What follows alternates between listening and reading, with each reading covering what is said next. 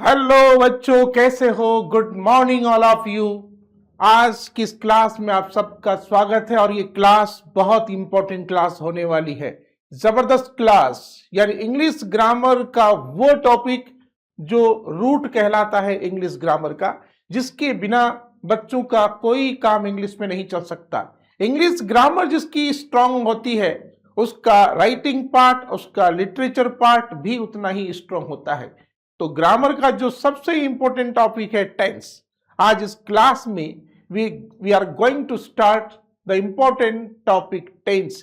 Tense, जी हाँ, ये टेंशन दूर कर देता है आप सबकी। टेंस एक ऐसा टॉपिक है जो बच्चों को टेंशनाइज कर देता है। बच्चे कहते हैं कि सर टेंस याद है, सब कुछ आता है, इसके बावजूद भी एग्जाम में सेंटेंस में करेक्ट फॉर्म फिलअप नहीं कर पाते हैं, सेंटेंस में एरर फाइंड आउट नहीं होता है, और सबसे ज्यादा एरर रेक्टिफिकेशन जो आता है वो टेंस का आता है, क्योंकि टेंस का रिलेशन सीधे वर्ब से होता है। और हम सब जानते हैं कि verb is suppose to be the soul of a sentence according to Shakespeare.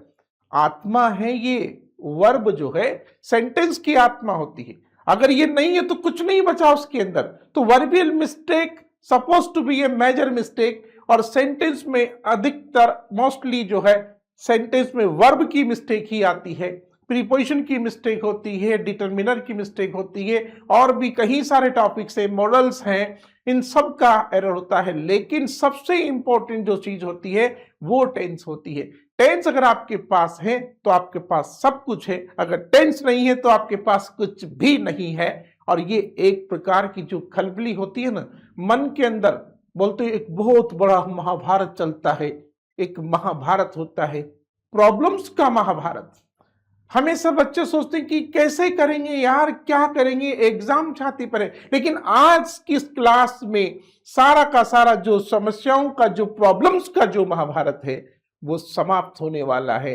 और आज की इस क्लास को अटेंड करने के बाद आप अभिमन्यु बन जाएंगे, किसी भी चक्रव्यूह को भेद सकते हैं आप। हर मानव के सर गोवर्धन, हाथों में अर्जुन के रथ हैं, आंखों में खारे सागर है, मन में कहीं महाभारत है। जी हाँ, आज वो महाभारत दूर करेंगे इस क्लास में। ये क्लास बहुत ही शानदार, जबरदस्त होने वाली है आप सबके लिए। तो let's start the tense. Tense जो कि सबसे इंपॉर्टेंट टॉपिक हमारा चलता है, इसके अंदर इसमें हमें क्या क्या सीखना है। ये जो टॉपिक है हमारा, इसमें आपको टेंस सीखेंगे, आप पूरा वर्बियल पार्ट सीखेंगे। यहां तक कि इसका एक सब डिवीजन है, कंडीशनल सेंटेंस को भी हम we will recover in this topic, जिसको कोई रिकवर नहीं करवाता है, आज इस क्लास में वो भी कवर होगा। तो let's start the tense. Tense तीन प्रकार के होते हैं। सबको पता है कि टेंस तीन प्रकार के होते हैं, प्रेजेंट, पास्ट एंड फ्यूचर। ठीक है, प्रेजेंट, पास्ट एंड फ्यूचर, ये तीन प्रकार के टेंस होते हैं। और इसके बाद प्रत्येक टेंस के चार पार्ट होते हैं। Every tense has three parts, indefinite, continuous, perfect and perfect continuous tense. इन चारों में ही चलना है, चारों से रिलेटेड करेक्ट फॉर्म आती है, चारों से रिलेटेड ही एरर रेक्टिफिकेशन एग्जाम में पूछा जाता है। ठीक है, तो प्रेजेंट इंडेफिनिट, फिर पास्ट इंडेफिनिट, फिर प्रेजेंट कंटिन्यूस, फिर पास्ट। तो चारों जो तीन टेंस हमारे हैं ये चार पार्ट लेते हैं, और इसी प्रकार से इनमें कुल मिला के ये हमारे 12 सेंटेंस होते हैं कुल मिला के, यानी कि प्रेजेंट, पास्ट, फ्यूचर को मिला करके तीनों का कॉम्बिनेशन होगा यहां पर, प्रेजेंट, पास्ट और फ्यूचर। ठीक है, ये है। अब इनको अलग अलग प्रकार से आप पढ़ेंगे, how to use correct form. Indefinite के टेंस के जितने भी रूल्स होते हैं सबको याद होते हैं, लेकिन फिर भी गलत हो जाता है। तो सबसे पहले हम स्टार्ट करते हैं प्रेजेंट इंडेफिनिट। आज इस क्लास में यह भी सीखने को मिलेगा कि किस किस कंडीशन में कौन सा टेंस सेंटेंस में अप्लाई होता है। वो सारी की सारी कंडीशंस, वो जितने भी एडवर्ब्स हैं जो एक टेंस की आइडेंटिटी को शो करते हैं। सबसे इंपॉर्टेंट पॉइंट यह है ना कि हमें टेंस की आइडेंटिफाई करना आना चाहिए, टेंस को कैसे पहचाने और जब तक unless you identify the tense you can't fill up the correct form, you can't find out the error from the sentence. बहुत मुश्किल होता है एरर को फाइंड आउट करना। समझ में आई चीज? सेंटेंस जब आता है ना तो वहां पर उसको एक रिदम में सेंटेंस को पढ़ना पड़ता है, बड़े ध्यान से पढ़ना पड़ता है। सब्जेक्ट, वर्ब और सेंटेंस में एरर को फाइंड आउट करने के लिए सेंटेंस को पढ़ना भी आना चाहिए ना। आज सेंटेंस को पढ़ते कैसे हैं? ध्यान से, बिल्कुल ऑब्जर्व करते हुए। सब्जेक्ट, वर्ब और ऑब्जेक्ट, सब्जेक्ट, वर्ब और ऑब्जेक्ट, इस पर ध्यान देना होता है। सब्जेक्ट का जो नंबर है उस पर ध्यान देना पड़ता है। जब तक आप केयरफुल नहीं होंगे, अगर आप केयरलेसली सेंटेंस को पढ़ेंगे तो you can't find out the error. तो एरर को फाइंड आउट करने के लिए सेंटेंस को बहुत ही ध्यान से हमें 3 एंगल पर पढ़ना पड़ता है। सब्जेक्ट, साथ में उसका नंबर, इसके बाद वर्ब, वर्ब का नंबर और इसके बाद ऑब्जेक्ट, और फिर उसमें आने वाले प्रीपोजिशन, डिटरमिनर्स पर भी हमें ध्यान देना पड़ता है। तो स्टेप से एक डेफिनेट क्रम में सेंटेंस को पढ़ने की आदत अगर होती है तो मैं गारंटी के साथ कह सकता हूं कि आप किसी भी सेंटेंस की एरर को फाइंड आउट कर सकते हैं। तो प्रेजेंट इंडेफिनिट यहां है। अब प्रेजेंट इंडेफिनिट क्या करता है? प्रेजेंट इंडेफिनिट एक प्रेजेंट एक्शन को शो करता है जो वर्तमान में हो रहा है। मैं गाना गाता हूं, वो पढ़ता है, वो जाता है। मैं इंजीनियर हूं तो बहुत अच्छे लड़के हो, ये सेंटेंस है। अब इंडेफिनिट में यही बात होती है, डेली रूटीन ऑफ वर्क को शो करना पड़ता है। इसके अंदर जो है प्रेजेंट एक्शन को शो करता है टेंस, तो प्रेजेंट एक्शन जो होता है उसके आता है। और इसीलिए ध्यान रखें आपके दिमाग में कि इस टेंस के अंदर वर्ब की फर्स्ट फॉर्म अप्लाई होती है। First form of the verb is used in the tense. और यहां पर जब फर्स्ट फॉर्म आती है, ये जो वर्ब की फर्स्ट फॉर्म होती है ना, वर्ब की जो फर्स्ट फॉर्म है, आपको इसके रिलेशन में एक बात और ध्यान रखना है कि वर्ब की फर्स्ट फॉर्म जितनी भी है वो सारी की सारी प्लूरल होती है। ऑल द फर्स्ट फॉर्म जितनी भी है वो सब प्लूरल होती है। फिर हम अकॉर्डिंग टू सब्जेक्ट हम उसको कन्वर्ट करते हैं सिंगुलर में। वर्ब की फर्स्ट फॉर्म को सिंगुलर करने के लिए उसमें एस या ईएस जोड़ते हैं। ये वर्ब इस समय प्लूरल है, लेकिन अगर मान लीजिए इस वर्ब के साथ में आपने एस या ईएस ऐड कर दिया तो ये वर्ब सिंगुलर हो जाती है। यही इंपॉर्टेंट पॉइंट है जो प्रेजेंट इंडेफिनिट में आपको सीखना है। बहुत से बच्चे सीख नहीं पाते हैं, यहां जबरदस्त एरर मिलता है प्रेजेंट इंडेफिनिट के अंदर। प्रेजेंट टेंस अगर पूरा याद है तो पास्ट और फ्यूचर तो समझो कि याद है। और जब टेंस आपको याद है तो समझ लेना कि इंग्लिश लिटरेचर, पूरी इंग्लिश ग्रामर आपकी मुट्ठी में बंद है। You can close English in your fist if you have completely knowledge about tense. ठीक है, तो इसमें फर्स्ट फॉर्म आती है, एस या ईएस ऐड किया जाता है वर्ब की फर्स्ट फॉर्म के साथ जब आपका सिंगुलर थर्ड पर्सन सब्जेक्ट हो। सब्जेक्ट कैसा होना चाहिए? सिंगुलर थर्ड पर्सन हो। हम फर्स्ट पर्सन की बात नहीं करते, फर्स्ट पर्सन तो आई है। आई के साथ प्रेजेंट इंडेफिनिट में प्लूरल रूल फॉलो होता है, इस बात का ध्यान रखना। आई प्लूरल नहीं है, आई सिंगुलर है, लेकिन पर्सन कौन सा है? वो फर्स्ट पर्सन है। फर्स्ट पर्सन होने की वजह से उसको प्लूरल की रूल यहां पर फॉलो करने पड़ते हैं प्रेजेंट इंडेफिनिट में। तो थर्ड पर्सन में ही, सी, इट या एनी नेम ऑफ पर्सन अगर होता है तो you are to add S और S at the end of the verb. इसका मतलब क्या है? You have converted the verb into singular. इसका मतलब ये हो रहा है कि सिंगुलर जो सब्जेक्ट होता है उसके साथ में सिंगुलर वर्ब आती है। और अगर आपका सब्जेक्ट प्लूरल है, प्लूरल सब्जेक्ट है, तो उसके साथ जो है वर्ब भी आपकी प्लूरल होगी। यानी कि वर्ब की फर्स्ट फॉर्म के साथ एस या ईएस ऐड करेंगे तो वर्ब सिंगुलर होगी, और नहीं करेंगे तो वर्ब हमेशा प्लूरल रहती है। जब सब्जेक्ट प्लूरल हो तो एस या ईएस का ऐड हम नहीं करते हैं। हेल्पिंग वर्ब डू डज का यूज होता है जब सेंटेंस को नेगेटिव या इंट्रोगेटिव में कन्वर्ट करते हैं। यहां फिर जबरदस्त एरर रेक्टिफिकेशन आता है। बोर्ड के एग्जाम में प्रेजेंट इंडेफिनिट के कम से कम 2 या 3 सेंटेंस आते हैं, गारंटी है। ये नंबर पक्के कर रहे हैं आप आज। ये क्लास जबरदस्त होने वाली है आपके लिए। जिसने क्लास अटेंड नहीं की तो फिर वो फंस जाएगा। ये ग्रामर का एक राम बाण औषधि है। आया समझ में? ये छोटी मोटी क्लास नहीं है आज की, क्योंकि इसके अंदर ग्रामर की वो सारी चीजें लाकर दी जाने वाली है कि जहां मेन एरर आता है। डू डज क्या है? हेल्पिंग वर्ब है। प्रेजेंट इंडेफिनिट की हेल्पिंग वर्ब डू डज है। डू डज, डू कौन सा है? प्लूरल। डज क्या है? सिंगुलर है, क्योंकि इसमें ईएस लगा है, इसमें नहीं लगा है। तो डज सिंगुलर सब्जेक्ट के साथ में डज का और प्लूरल सब्जेक्ट के साथ में आपका डू का यूज होता है। और इसमें सबसे पहले जो पॉइंट आपको लेना है, अब देखो यहां एक पॉइंट क्या आ रहा है, सबसे इंपॉर्टेंट पॉइंट ये समझनी है इसके रिलेशन में कि आफ्टर यूजिंग डू डज, जब डू डज का यूज सेंटेंस में हो जाता है तो फिर क्या करना है? क्या करना है? वही करना है जो मैं आपको बता रहा हूं। यही बनता है एरर। जैसे डू और डज का यूज हो गया सेंटेंस में, डू डज आ गया, इसके बाद में फिर जो वर्ब की फर्स्ट फॉर्म होती है ना, उसमें एस या एस नहीं लगता। ये बड़ा मिस्टेक एग्जाम में आता है और कई बार सीबीएसई बोर्ड ने ये पूछा है। और डू या डज का यूज होने के बाद जो मेन वर्ब आती है उसमें बेटा एस या एस का यूज नहीं होता है, और अगर कर दिया तो सेंटेंस जीरो है आपका। यहीं पर हम मात खा जाते हैं। इसलिए ध्यान रखना, ये एरर रेक्टिफिकेशन में पूछा जाता है। और इसमें एक और वर्ब होती है बी।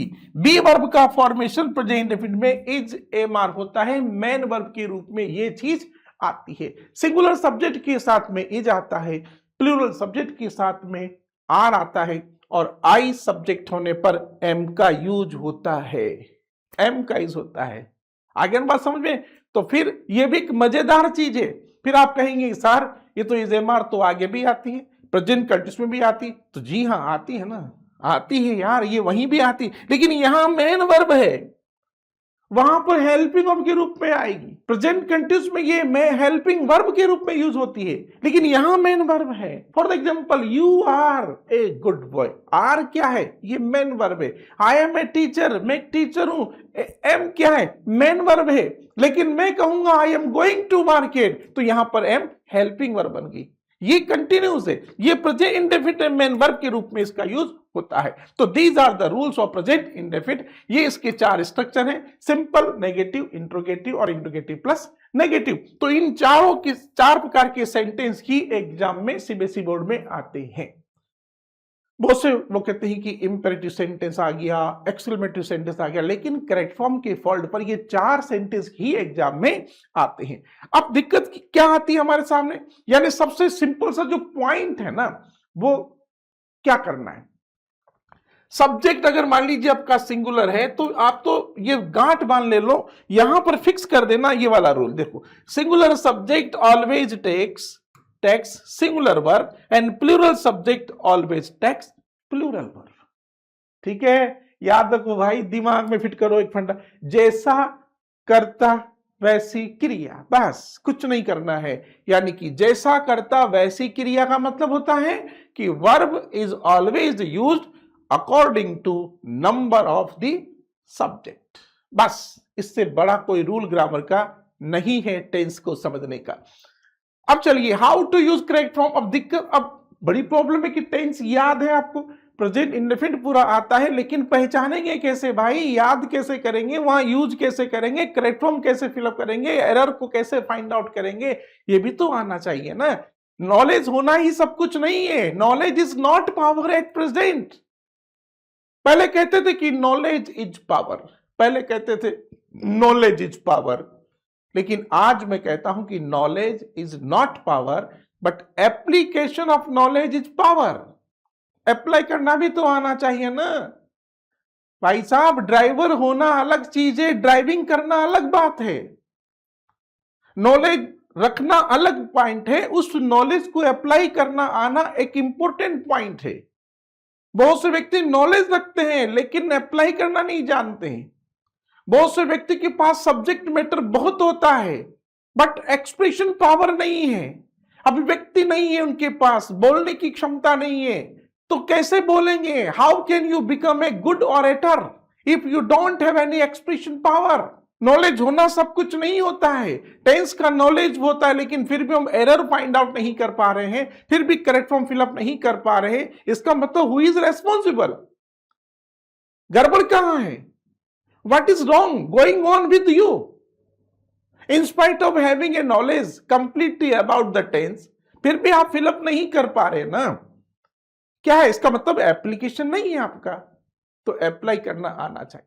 ये अप्लाई करने का तरीका है, कैसे यूज करेंगे, in what condition present indefinite will be applied, if the sentence expresses universal truth, ये आपके सामने है, साइंटिफिक फैक्ट है, हैबिचुअल फैक्ट है, एनी प्रोवर्ब है, if the sentence expresses universal truth, scientific fact, habitual fact, any proverb, daily routine of work, then such kind of sentences are written in present indefinite. For example, the sun rises in the east, सूरज पूरब में उदय होता है। अब इसको कोई झूठा तो साबित नहीं कर सकता ना, ध्यान रहे, ऐसी बात जो ऑलवेज ट्रूथ है, यूनिवर्सल ट्रूथ है, हैबिचुअल फैक्ट है, आ सकता है। जैसे दूसरे सेंटेंस है, यहां पर हम लिख दें, यहां पर जैसे एक सेंटेंस है, the dog bark at the strangers, ये सेंटेंस। अब बार्क का करेक्ट फॉर्म क्या होगा, ये हैबिचुअल फैक्ट है कि कुत्ता हमेशा अजनबियों की तरफ भौंकता है, ये उसकी हैबिट है, आदत है, जिसको कोई चेंज नहीं कर सकता। तो ये सब क्या है, ये दिखा जाएगा आपका प्रेजेंट इंडेफिनिट में। तो यहां पर हम लिखेंगे बार्क। अब गलती से मान लीजिए डॉग जो है सिंगुलर है, आप याद रखो कि वर्ब को फिलअप करने से पहले सब्जेक्ट का नंबर भी देखना बहुत जरूरी है, सब्जेक्ट का नंबर भी देखना जरूरी है कि वो सिंगुलर है या प्लूरल है। अगर ये नहीं देखा तो फिर मात खाएंगे, फिर फंस जाएंगे। इंग्लिश लिटरेचर है ये कोई दूसरा सब्जेक्ट नहीं है जिसमें गोता मारा और निकल गए। ये इंग्लिश लिटरेचर है भाई, ये साहित्य जगत है, लिटरेचर है ये, जिसमें जितना घुसता है ये बॉटम लेस है, इसका एंड नहीं है। Literature is endless, there is no end of literature. Literature का कोई एंड नहीं है, ये अथाह सागर है, बस इसमें आपको स्नान करना आना चाहिए, बस ये समझना है। और इसलिए अब तो सागर में जागर तो गागर कोई भी भर लेता है, लेकिन हम आपको ये बता रहे हैं कि गागर में सागर कैसे भरते हैं, यानी कम समय में बहुत कुछ ज्यादा आउटपुट कैसे लिया जाता है, कम समय में नंबर कैसे लिए जाते हैं, स्कोर कैसे किया जाता है, ये चीज इस क्लास में सीखने को मिलेगी। और टेंस एक ऐसा टॉपिक है जो सब कुछ सिखाएगा, सब कुछ समझ लेता है ये, चाहे वह लिटरेचर हो, चाहे वह राइटिंग पार्ट हो, चाहे आपका ग्रामर हो, ठीक है। तो यहां पर ये सनराइजेस हो गया, तो यहां पर भी हमें एस लगाना पड़ेगा क्योंकि सब्जेक्ट सिंगुलर है। तो सिंगुलर सब्जेक्ट का जो सबसे इंपॉर्टेंट पॉइंट ये दिमाग में फिक्स कर ही लेना है, अगर ये नहीं हुआ तो फिर गलत होगा सारा मामला, ठीक है। नेक्स्ट सेंटेंस है, अब देखो, with we hear with our ears, हम कानों से सुनते हैं। तो भैया यहां तो ये भी प्रेजेंट इंडेफिनिट है और ये भी प्रेजेंट इंडेफिनिट है, लेकिन सब्जेक्ट हमारा प्लूरल है वी, दैट इज आपका first option will be correct, ठीक है। ये आपको ध्यान रखना है। इसके अलावा कुछ एडवर्ब्स होते हैं जो यहां लिखे हुए हैं, जैसे ऑलवेज है, यूजुअली है, सेल्डम है, never, normally, quickly, frequently, sometimes, rarely, regularly. ये जो एडवर्ब्स है, दीज और जितने भी एडवर्ब्स हैं इनको हम एडवर्ब्स कहते हैं। ये जो एडवर्ब्स हैं ये सेंटेंस की पहचान होती है, किसी भी टेंस का इंडिकेशन इसी से ही मिलता है। करेक्ट फॉर्म फिलअप करते समय सबसे पहले जो स्टेप है वो ये अडॉप्ट करनी है कि सबसे पहले आपको you are to find the adverb in the sentence, because adverb gives indication about particular tense. If you don't recognise the adverb तो you cannot detect the tense, which tense you are to apply as a correct form of the verb in the blank, which option will be right. तो adverb को पहचानना जरूरी है। तो adverbs को आप पहचाने, सबसे बड़ी बात एडवर्ब्स याद रखना है, जो कंडीशंस हम बता रहे हैं हर एवरी टेंस से रिलेटेड वो आपको समझ लेनी है, ठीक है। तो यहां पर इनमें से कोई भी वर्ड मिले तो आपको यूज करना है। कोई सा भी सेंटेंस आपको देखें, जैसे सी, अब जैसे यहां इस सेंटेंस में यहां रेगुलरली है, सी द क्लास रेगुलरली। अब regularly gives the indication about present indefinite, और यहां से आपको इसमें से प्रेजेंट इंडेफिनिट लेना है। First option do not attend है, डज नॉट अटेंड है, इज नॉट अटेंड है, हैज नॉट अटेंड है, लेकिन सेकंड और फर्स्ट ऑप्शन में प्रेजेंट इंडेफिनिट आया हुआ है।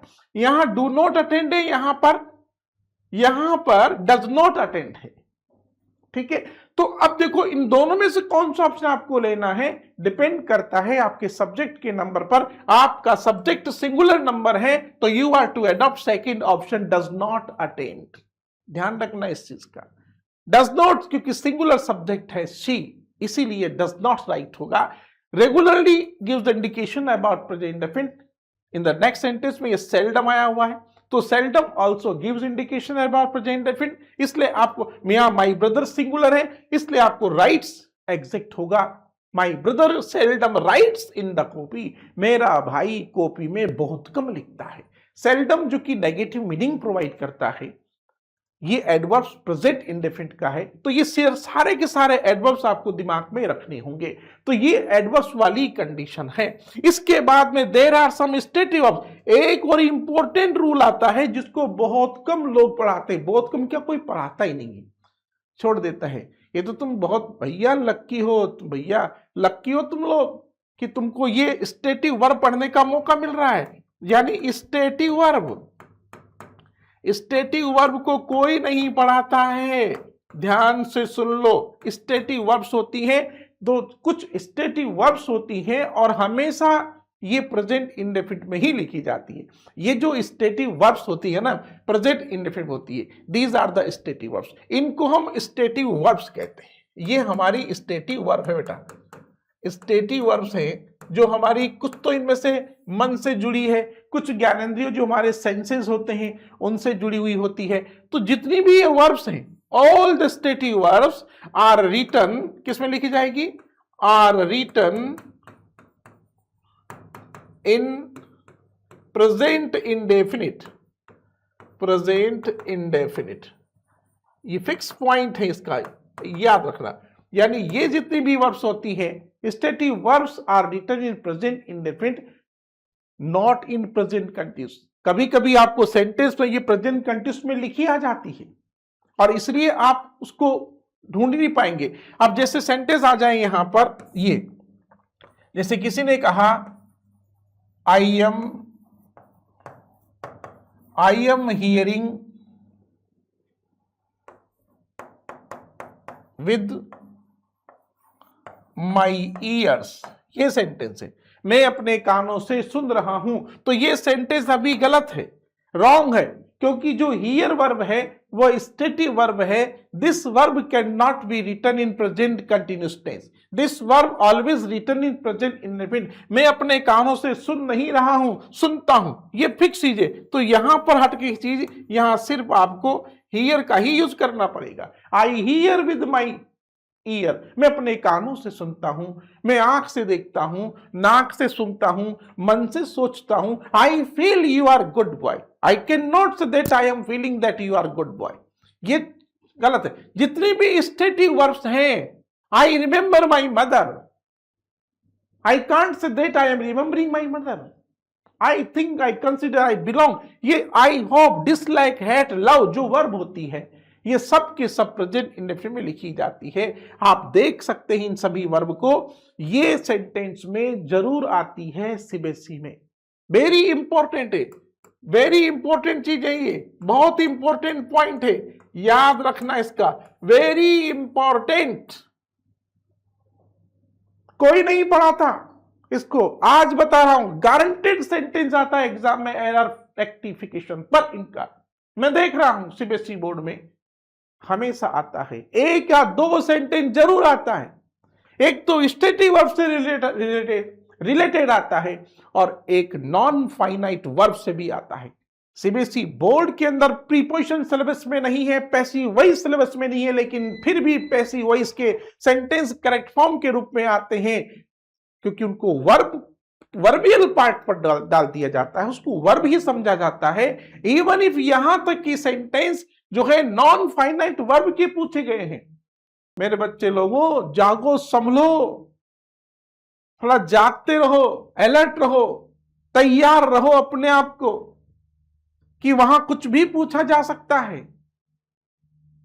पैसिव वॉइस सिलेबस में नहीं है, लेकिन फिर भी पैसिव वॉइस से रिलेटेड एरर पूछा गया है। पैसिव कंस्ट्रक्शन पर करेक्ट फॉर्म फिलअप करवाया जा रहा है। टॉपिक टेंस का है लेकिन उसमें पैसिव वॉइस की वर्ब यूज करवाई जा रही है, तो इट मींस क्या है, तो पैसिव वॉइस भी तो फिलअप करवाया जा रहा है ना, तो फिर हमको अलर्ट रहना पड़ेगा। एग्जाम में कुछ भी हो सकता है। ये क्लास इसीलिए आपके लिए इंपॉर्टेंट है क्योंकि यहां हमने वो चीजें लाकर दी है जो एग्जाम में आती है और जिनको बहुत से बच्चे नहीं पढ़ते हैं। ठीक है, तो ये स्टेटिव वर्ब्स हुई। इसके बाद बात करें हम प्रेजेंट कंटिन्यूस की, तो प्रेजेंट कंटिन्यूस में बेटा हेल्पिंग, देखो कंटिन्यूटिव वर्क है। प्रेजेंट कंटिन्यूस में ज्यादा डिफाइन करने की जरूरत नहीं, ये लगातार चल रहे वर्क को बताता है, कार्य की कंटिन्यूटी को डिनोट करता है और इसलिए इसकी हेल्पिंग और इज एम आर होती है। प्रेजेंट कंटिन्यूस की हेल्पिंग और इज एम आर है। सिंगुलर सब्जेक्ट के साथ में इज का यूज होता है, प्लूरल सब्जेक्ट के साथ में आर का यूज होता है, आई सब्जेक्ट होने पर एम का यूज होता है और इसके साथ में आईएनजी वाली फॉर्म काम में आती क्योंकि प्रेजेंट कंटिन्यूस है। इसलिए टेंस को रट्टा मारने की जरूरत नहीं है, जो डिफरेंट है उनको याद रखिए। Present continuous, past continuous, future continuous, present indefinite, past indefinite, future indefinite, फिर present perfect, past perfect, future perfect, present perfect continuous tense, past perfect continuous tense, future perfect continuous tense. इनको आप याद रखेंगे, तीनों को याद रखिए, डिफरेंस याद रखिए। प्रेजेंट कंटिन्यूस में हम पढ़े यहां is am are helping verb है। अगर पास्ट कंटिन्यूस को याद रखना है तो क्या करना पड़ेगा, वाज वर्ब का डिफरेंस याद रखो और आईएनजी वाली फॉर्म तो दिनों में आएगी ना। जहां कंटिन्यूस आ गया वहां आईएनजी वाली फॉर्म आएगी, जहां परफेक्ट आ गया वहां वर्ब की थर्ड फॉर्म आएगी। केवल अलग अलग टेंस की हेल्पिंग वर्ब आपको याद रखनी है। बस समझो कि फटाफट हो गया टेंस, और टेंस भी आपको हो गया याद, फटाफट हो गया, पूरा का पूरा टेंस आपकी मुट्ठी में है। रटने की जरूरत कहां है, रटने की कोई जरूरत नहीं पड़ती इसके अंदर। जो मैं कह रहा हूं इस डिफरेंस से आप इसको याद रखेंगे। तो यहां पर ये वाईजी वाली फॉर्म है जिसको हम प्रेजेंट पार्टिसिपल फॉर्म भी कहते हैं और ये चार स्ट्रक्चर है, subject, helping verb is am are, verb की first form plus ING plus object और नेगेटिव में हेल्पिंग वर्ब के बाद नोट आ जाता है। तो ये टेंस की रूल है, ये चार सेंटेंस है प्रेजेंट कंटिन्यूस के। अब इसको यूज कैसे करेंगे करेक्ट फॉर्म के रूप में, फिर वही आइडेंटिटी आती है, तो इसके एडवर्ब है ये। Now, today, at present, at this time, at moment, nowadays, these days, ये प्रेजेंट कंटिन्यूस के एडवर्ब है। आपको इनको याद रखना है और ये सेंटेंस में मिलेंगे तो वहां पर आपको प्रेजेंट कंटिन्यूस का यूज करना है, इनको पहचानना है। कोई सा भी सेंटेंस आ जाए, जैसे सेंटेंस यहां आ जाए कि my mother cook food at present, ये sentence at present present continuous को डिनोट कर रहा है, तो यहां पर माई मदर के लिए हमें यूज करना है। तो यहां पर देखो माई मदर सिंगुलर है तो यहां पर इज आएगा, तो इज कुकिंग। तो इस प्रकार से करेक्ट फॉर्म आपको फिलअप करनी होगी, बस खत्म बात। तो ये सीधा सीधा पॉइंट है यार, और ये छोटी चीजें भी दिमाग में नहीं रहती है ना इसलिए हमारे पास सारे सेंटेंस गलत होते हैं। तो ये भी एक टिप्स है। टिप्स ये है कि सारे टेंस के एडवर्ब दिमाग में फिट होने चाहिए। ठीक है, इसके बाद में आप नेक्स्ट सेंटेंस देखो, यहां एट दिस टाइम आया हुआ है तो यहां भी प्रेजेंट कंटिन्यूस है। स्लीपिंग, ठीक है, today my brother is going to market. ठीक है, अब इसके अलावा प्रेजेंट कंटिन्यूस का यूज एक नियर फ्यूचर में होने वाले प्रोग्राम को बताने के लिए भी होता है, लेकिन वो करेक्ट फॉर्म के रूप में ज्यादा नहीं पूछा जाता है, इसलिए उसको आप ज्यादा ध्यान मत दीजिए। सीधा डायरेक्ट सेंटेंस जो प्रेजेंट कंटिन्यूस का आता है वो ही एग्जाम में आता है। Next week we are going to Jaipur, अगले सप्ताह हम जयपुर जा रहे हैं, तो ये तो फ्यूचर की बात बता रहा है। माना कि future continuous can be used to denote such kind of action that is decided to be done in future.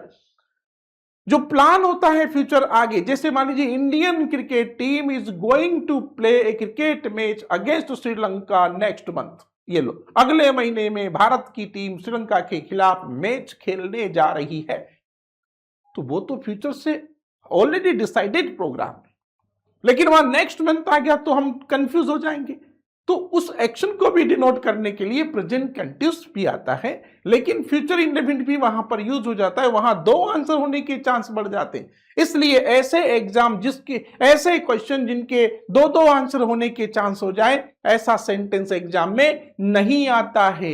इसलिए आप सिंगल फोल्ड पर ही अपने दिमाग को फिट करें, कुछ जगह पर दिमाग डबल फोल्ड होना चाहिए। एग्जाम में पेपर हाथ में आने के बाद आपका दिमाग टू फोल्डेड हो जाना चाहिए, है ना। मैं टू फोल्डेड की बात कर रहा हूं, मैं दिमाग को थ्री फोल्डेड नहीं बनाने वाला हूं, क्योंकि थ्री फोल्डेड दिमाग तो स्वामी विवेकानंद का था और आप कल्पना कर लो कि वो कितने बड़े विद्वान थे। बस हम तो अगर टू फोल्डेड भी हो गए ना तो फिर मजा आ जाएगा, बस फिर कोई दिक्कत नहीं है। तो यहां अब देखो प्रेजेंट कंटिन्यूअस को एक और यूज होता है, एक स्पेशल रूल होता है कि इमीडिएट प्रेजेंट को बताने के लिए भी प्रेजेंट कंटिन्यूअस आता है। इमीडिएट प्रेजेंट ऐसा एक्शन जो हमारी आंखों के सामने, जिसको हम होता हुआ देखते हैं, जिस काम को हम होता हुआ देखते हैं, आंखों के सामने हो रहा है, देख देख देख वो भाग रहा है। जैसे इनकी पहचान क्या है, इस प्रकार के सेंटेंस लुक और लिसन से शुरू होते हैं।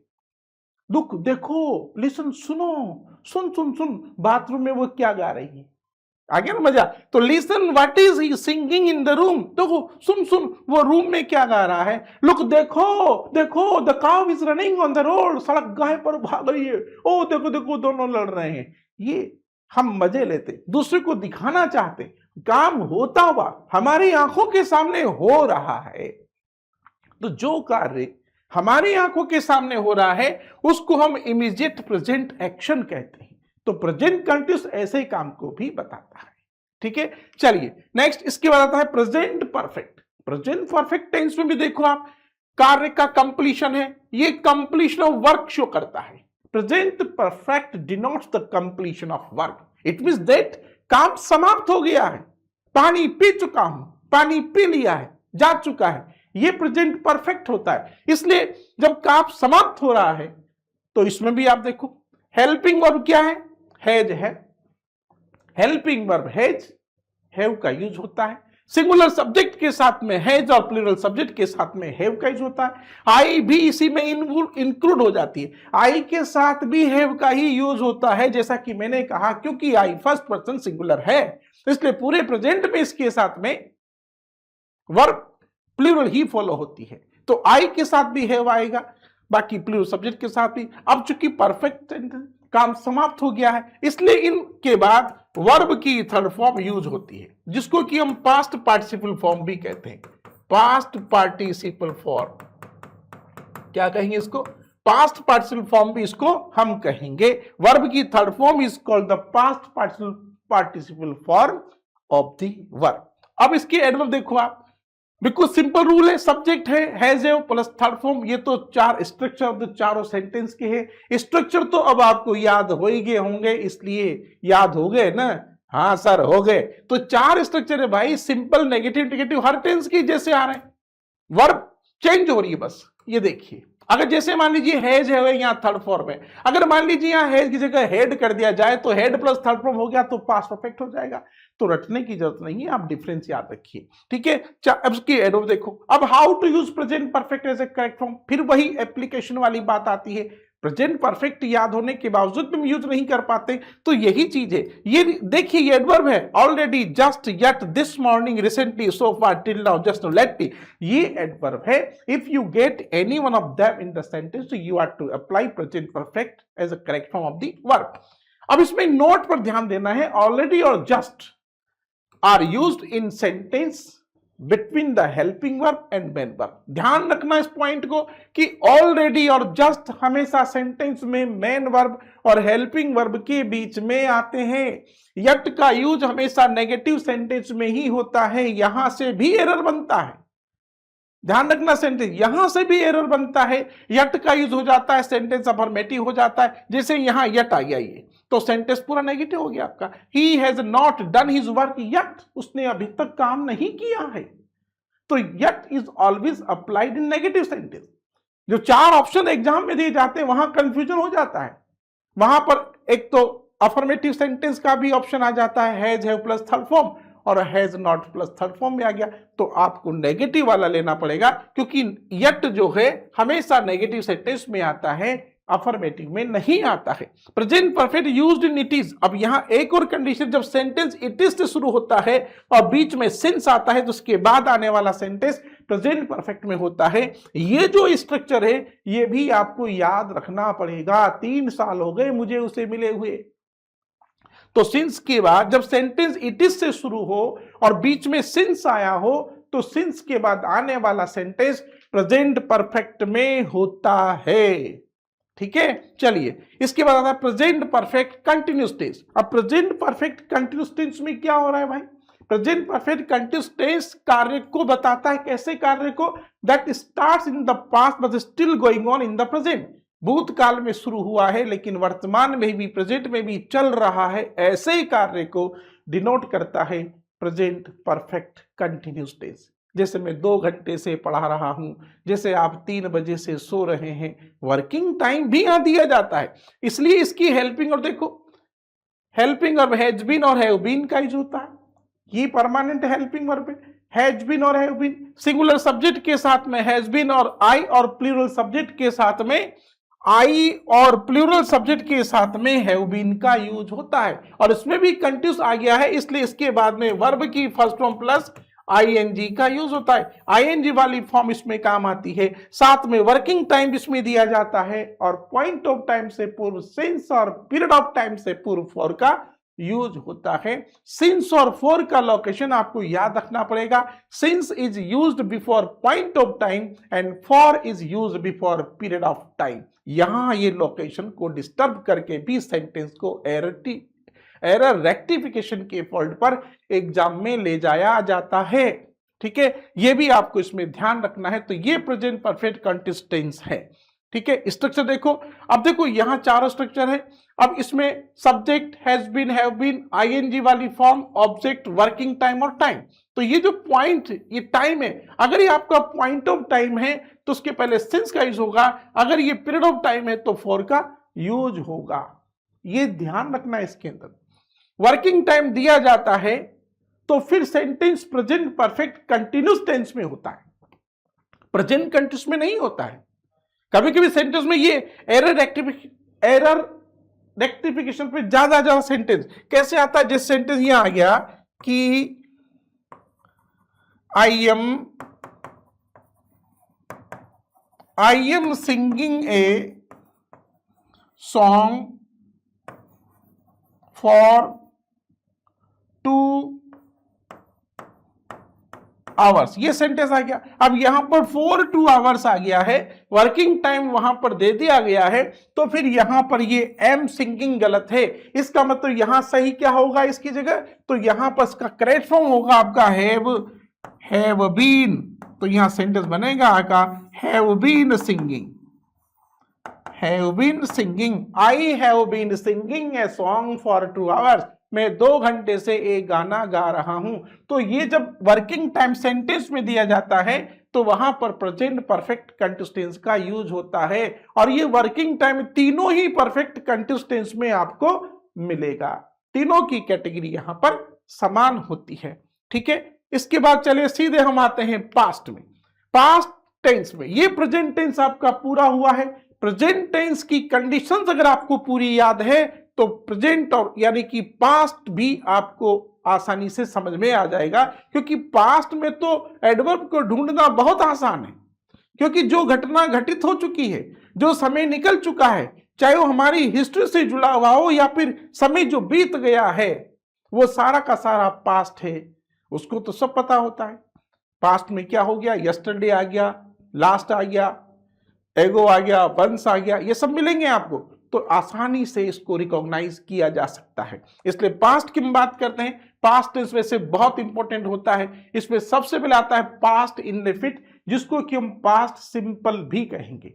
ठीक है, पास्ट इंडेफिनिट यानी कि था, थी, थे, आ या ई की आवाज आती है। मैं ताजमहल देखने गया तो आई विजिटेड दी ताजमहल। कल मैंने लेसन याद किया, I learned the lesson yesterday. तो ये पास्ट की बात है। तो सिंपल में ये पास्ट एक्शन को बताता है। सिंपल सा पॉइंट है। Past indefinite denotes past action, और इसीलिए इसके सिंपल सेंटेंस में देखते सेकंड फॉर्म का यूज होता है। सेकंड फॉर्म, वर्ब का second form is used in past indefinite tense, but when you convert the sentence into negative, so you are to use helping verb did in past indefinite.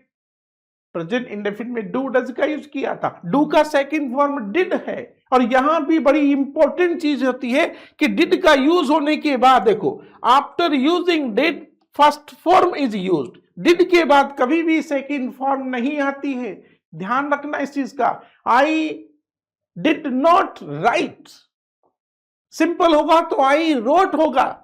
यहां पर देखो sentence में, ये देखिए जैसे ये sentence यहां लिखा जा रहा है कि आई रोट ए पोइम, ये सेंटेंस है आई रोट ए पोइम, मैंने एक पोइम लिखी, तो ये पास्ट सिंपल का सेंटेंस है। दैट इज वाई यहां सेकंड फॉर्म अप्लाई हुई है। लेकिन इसी सेंटेंस को नेगेटिव में कन्वर्ट किया जाए और डिड का यूज हो जाएगा, तो I did not write a poem, मैंने एक पोइम नहीं लिखी। तो जैसे ही डिड का यूज हुआ, डिड के बाद यहां पर वर्ब की फर्स्ट फॉर्म आएगी, सेकंड फॉर्म नहीं आएगी, ये ध्यान रखना है। अगर यहां जाता I did not wrote, I did not writes, यहां न तो यस लग सकता है, न इसके पहले टू लग सकता है, न ही इसमें आईएनजी जुड़ेगा, न ही सेकंड फॉर्म होगी। ये बड़ी इंपॉर्टेंट चीज है। ये इतनी चीजें जब याद रखोगे तो फिर आप एरर को फाइंड आउट कर पाएंगे, नहीं तो नहीं कर पाएंगे। इस बात का ध्यान रखना, वरना बहुत से देखे मेरे एग्जाम में जिनको गलतियां ही पता नहीं चलती, क्योंकि वो बहुत केयरलेस है, उनको टेंस का नॉलेज नहीं होता। ये काफी डीप चीजें हैं जो कि आपको सभी जगह नहीं मिलेगी। सिंपल टेंस का ट्रांसलेशन सेंटेंस को ट्रांसलेट कर लेना ही पर्याप्त नहीं है, टेंस में गलती ढूंढना आना चाहिए, टेंस को रिकॉग्नाइज करना भी आना चाहिए, तभी तो आपका एम पूरा होगा एग्जाम में। ठीक है, तो डिड का यूज होने के बाद हमेशा वर्ब की फर्स्ट फॉर्म आती है। इसी प्रकार प्रेजेंट इंडेफिनिट में भी हमने फोकस किया था कि डू डज के बाद हमेशा वर्ब की फर्स्ट फॉर्म आती है, उसमें ऐसे यस नहीं लगता है। ये कुछ चीजें हैं फंडे जिनके रूल्स रेगुलेशंस बहुत कम होते हैं और ये इनको काफी स्ट्रेस कम किया जाता है, इस पर ध्यान कम दिया जाता है बच्चों का, और जहां पर ध्यान कम होता है वही चीज एग्जाम में आती है। ठीक है, आ गया समझ में? बस ये ध्यान रखना है इसके अंदर। अब इसी में भी हम बी को देखते हैं। प्रेजेंट इंडेफिनिट में एक बी वर्ब बताया जिसका मेन वर्ब के रूप में वाज इज ए मार का यूज हुआ था, लेकिन उसी का ही बी फॉर्मेशन पास्ट में वाजबर होता है मेन वर्ब के रूप में, था थी के सेंस में। ये इसके चार स्ट्रक्चर। सिंपल सेंटेंस में वर्ब की सेकंड फॉर्म आती है, नेगेटिव सेंटेंस में डिड आएगा, और जैसे ही डिड आएगा तो यह वर्ब की फर्स्ट फॉर्म आएगी। इंट्रोगेटिव में डिड सब्जेक्ट को पहले लिखेंगे, क्योंकि ये टेंस बहुत इंपॉर्टेंट है। करेक्ट फॉर्म की दृष्टि से तो इंपॉर्टेंट है ही, लेकिन जब हम क्वेश्चन का आंसर लिखते हैं लिटरेचर का, चाहे फर्स्ट फ्लाइट चाहे फुटप्रिंट्स विदाउट फिट का, बहुत की गलती यहां बच्चे करते हैं। डिड का यूज होता है तो फिर आंसर लिखते समय सेकंड फॉर्म आती है। ये टेंस वहां भी बहुत काम आता है, क्योंकि मोस्टली आंसर लिटरेचर के पास्ट में ही लिखे जाते हैं, क्योंकि हमारी जितनी भी स्टोरीज है सारी की सारी पास्ट से रिलेटेड है। ठीक है, तो ये बहुत इंपॉर्टेंट है, और इसको यूज करेंगे तो कैसे करेंगे, ये इसके एडवर्ब देखो भाई। Adverbs that denotes past action, तो which are the adverbs that denote the past time? Yesterday है, लास्ट वीक है, लास्ट मंथ, लास्ट ईयर है। ठीक है, ये बीते हुए सन देखो आप 2001, 2006, 7 जितने भी पास्ट हो चुका है सब कुछ है। या फिर कोई भी सेंटेंस पास्ट की घटना पर आधारित आ जाता है, कभी कभी पास्ट या हिस्ट्री से रिलेटेड होगा तो वो तो ऑटोमेटिक ही पास्ट में होता है। सेंटेंस देखिए यहां पर, एक्सीडेंट टुक प्लेस यस्टरडे, यानी कि एक्सटेंड हुआ, कल एक्सटेंड हो गया, तो टेक का सेकंड फॉर्म टुक है, तो यस्टरडे किसको बता रहा है? पास्ट को बता रहा है। I finish the lesson last month, last month किसको डिनोट कर रहा है? पास्ट सिंपल को, तो यहां पर सेकंड फॉर्म फिनिश्ड का यूज होगा। और इसके पास Ravi Seng a song 2 hours एगो, 2 घंटे पहले उसने एक गाना गाया, रवि ने गाना गाया 2 घंटे पहले। तो ये जो एगो है ये पास्ट को डिनोट कर रहा है। वंस भी अगर आ जाता तो वो भी पास्ट को डिनोट करता है। तो ये जो पास्ट के रिलेटेड जो एडवर्ब होते हैं इनको आपको ढूंढना पड़ेगा। ठीक है, कुछ पास्ट एक्शन, पास्ट हैबिट को बताने के लिए भी पास्ट इंडेफिनिट का यूज होता है। हालांकि ये मॉडल ऑफ में यूज टू के रूप में पूछा जाता है, लेकिन पास्ट एक्शन जैसे I would live in Jaipur last year, अब लास्ट ईयर में जयपुर में रहता था, तो आई वुड लिव, ये वुड जो है पास्ट एक्शन बता रहा है, विल का पास्ट वुड हो गया, तो यहां पर पास्ट एक्शन को बताने के लिए भी पास्ट इंडेफिनिट आ जाता है कभी कभी। हालांकि मॉडल वर्ब से रिलेटेड टॉपिक है, लेकिन कभी कभी पास्ट यानी टेंस के फॉल्ट पर भी पूछ लिया जाता है, इसलिए मैंने आपको बता दिया। इसके बाद नेक्स्ट रूल है कि अगर सेंटेंस की शुरुआत में I wish, if, only, would, that, would rather से हो, जो कल्पना की ओर ले जाते हैं, इमेजिनेशन की ओर ले जाते हैं, तो इनके बाद जो सेंटेंस होता है वो पास्ट सिंपल में होता है। I wish I were A millionaire, काश मैं करोड़पति होता। If would that I knew her, काश मैं उसे जानता। मैं उसको नहीं जानता तभी तो ये बात कह रहा हूं। काश मैं धनवान होता, काश मेरे पास बड़ी कार होती। तो इफ ओनली वुड दैट से शुरुआत हो तो बाद में आने वाला सेंटेंस किस में होगा? पास्ट इंडेफिनिट में। ये इंपॉर्टेंट है, बोर्ड के एग्जाम में अधिकतर सेंटेंस आ जाते हैं और हम समझते हैं कि आई विश के बाद सेंटेंस तो कल्पनात्मक है, इमेजिनेटिव है, इसलिए प्रेजेंट का यूज होगा। नहीं जी नहीं, इनके बाद पास्ट सिंपल आता है। ये मजेदार चीज है, याद रखना इस चीज को, ये बहुत गजब की चीज है। आपको किसी की वीडियो में नहीं मिलेगी, ये चीज कहीं भी नहीं मिलेगी, गारंटी चीज है, इसको पढ़ लेना। अब इसका आता है पास्ट कंटिन्यूस। पास्ट कंटिन्यूस में बिल्कुल सिंपल है, वाज वर्ब का यूज हेल्पिंग वर्ब के रूप में होता है, सिंगुलर सब्जेक्ट के साथ वाज आता है और प्लूरल सब्जेक्ट के साथ वर्ब का यूज होगा। अब चूंकि पास्ट कंटिन्यूस है इसलिए आईएनजी वाली फॉर्म भी यहां पर आएगी जैसे प्रेजेंट कंटिन्यूस में हुई। तो प्रेजेंट कंटिन्यूस और पास्ट कंटिन्यूस में क्या अंतर हुआ? सिर्फ इजेमा और वाज वर्ब का अंतर हुआ है और ज्यादा कोई अंतर यहां पर नहीं है। अब इसका करेक्ट फॉर्म यूज करेंगे। इसके 4 स्ट्रक्चर हैं। स्ट्रक्चर तो सबको याद हो गए होंगे, याद हो गए ना? अब हो गया ना स्ट्रक्चर। स्ट्रक्चर की प्रॉब्लम नहीं रही, सब्जेक्ट नहीं रही, जी हां, नहीं कोई प्रॉब्लम नहीं है। Simple sentence, negative sentence, interrogative sentence, interrogative plus negative sentence. अब किसी भी टेंस का सेंटेंस हो लेकिन सेंटेंस के टाइप में कोई गड़बड़ नहीं होगी, ठीक है। अब यहां पर इसका यूज देखो, यहां 2 सेंटेंसेस एक साथ चलते हैं। पास्ट कंटिन्यूस को जब यूज करते हैं तो व्हेन और व्हाइल से 2 सेंटेंस जुड़कर आते हैं एग्जाम में। एक एक्शन लगातार चलता है तो उसी दौरान यहां दूसरा एक्शन हो जाता है और जो एक्शन बीच में होता है उसको हम पास्ट सिंपल में लिखते हैं और जो चल रहा होता है ऑलरेडी उसको पास्ट कंटिन्यूस में लिखते हैं, ठीक है। और इस टाइप के क्वेश्चन एग्जाम में आते हैं भाई, ये आते ही आते हैं, ये आते हैं, इनके फिक्स रूल है, ये आते हैं, कंफ्यूज कर जाते हैं आपको, तो इनको स्ट्रक्चर से समझना होगा। ये स्ट्रक्चर देखो, व्हेन और व्हाइल से 2 सेंटेंस जुड़े हुए हैं, व्हेन के ठीक बाद पास्ट सिंपल आता है, दूसरा सेंटेंस ऑटोमेटिक ही पास्ट कंटिन्यूस में होता है। व्हाइल से जुड़े हो तो व्हाइल के ठीक बाद पास्ट कंटिन्यूस आता है, दूसरा ऑटोमेटिक ही पास्ट सिंपल में होता है। ये फिक्स रूल है। इसमें कभी कभी वो प्रेजेंट टेंस का यूज कर देते हैं, एरर रेक्टिफिकेशन पे सेंटेंस को ले जाते हैं। ये भी आपको बहुत ही केयरफुल तरीके से दिमाग में रखना होगा। रखते जाओ, इसके अभी से रख लो, संजो कर रखो, कलेक्शन करना है क्या क्या आता है। व्हेन ही अराइव्ड, देखो व्हेन के बाद पास्ट सिंपल है, ऑटोमेटिक सेंटेंस किस में आ गया? पास्ट कंटिन्यूस में। When he arrived I was writing a letter, जब वो आया तो मैं पत्र लिख रहा था। I was writing letter when he arrived, ये सेंटेंस पूरा इधर भी आ सकता है, ये उधर भी जा सकता है, उल्टा पुल्टी हो सकती है। इंग्लिश लिटरेचर में उल्टा पुल्टी होना बहुत जरूरी है, संभावनाएं होती है, ये होता ही है, लिटरेचर में होता है ऐसा, और सब्जेक्ट में हो या ना हो लेकिन लिटरेचर में इंग्लिश में ऐसा होता है। समझ में आई चीज? हाँ, हर एंगल से तैयार रहना पड़ता है क्योंकि लैंग्वेज का मैटर है, ग्रामर का मैटर है। ग्रामर में सेंटेंस यहां से वहां, कहां वहां, जहां तहां कैसे भी घुमा दिया जाता है, लेकिन घबराने की जरूरत नहीं है। मैं बता रहा हूं ना आपको, मैं हूं ना तो कोई दिक्कत नहीं है, ठीक है। While he was she was cooking I arrived, while के बाद पास्ट कंटिन्यूस से दूसरा ऑटोमेटिक पास्ट सिंपल में। An old man fell down while he was crossing the road, जब बूढ़ा व्यक्ति सड़क पार कर रहा था तो गिर गया। तो व्हाइल ही वाज रीडिंग, यहां the book Ram called me. तो ये ध्यान रखना, व्हेन और व्हाइल से जुड़े हुए 2 सेंटेंस में इस प्रकार की कंडीशन होती है।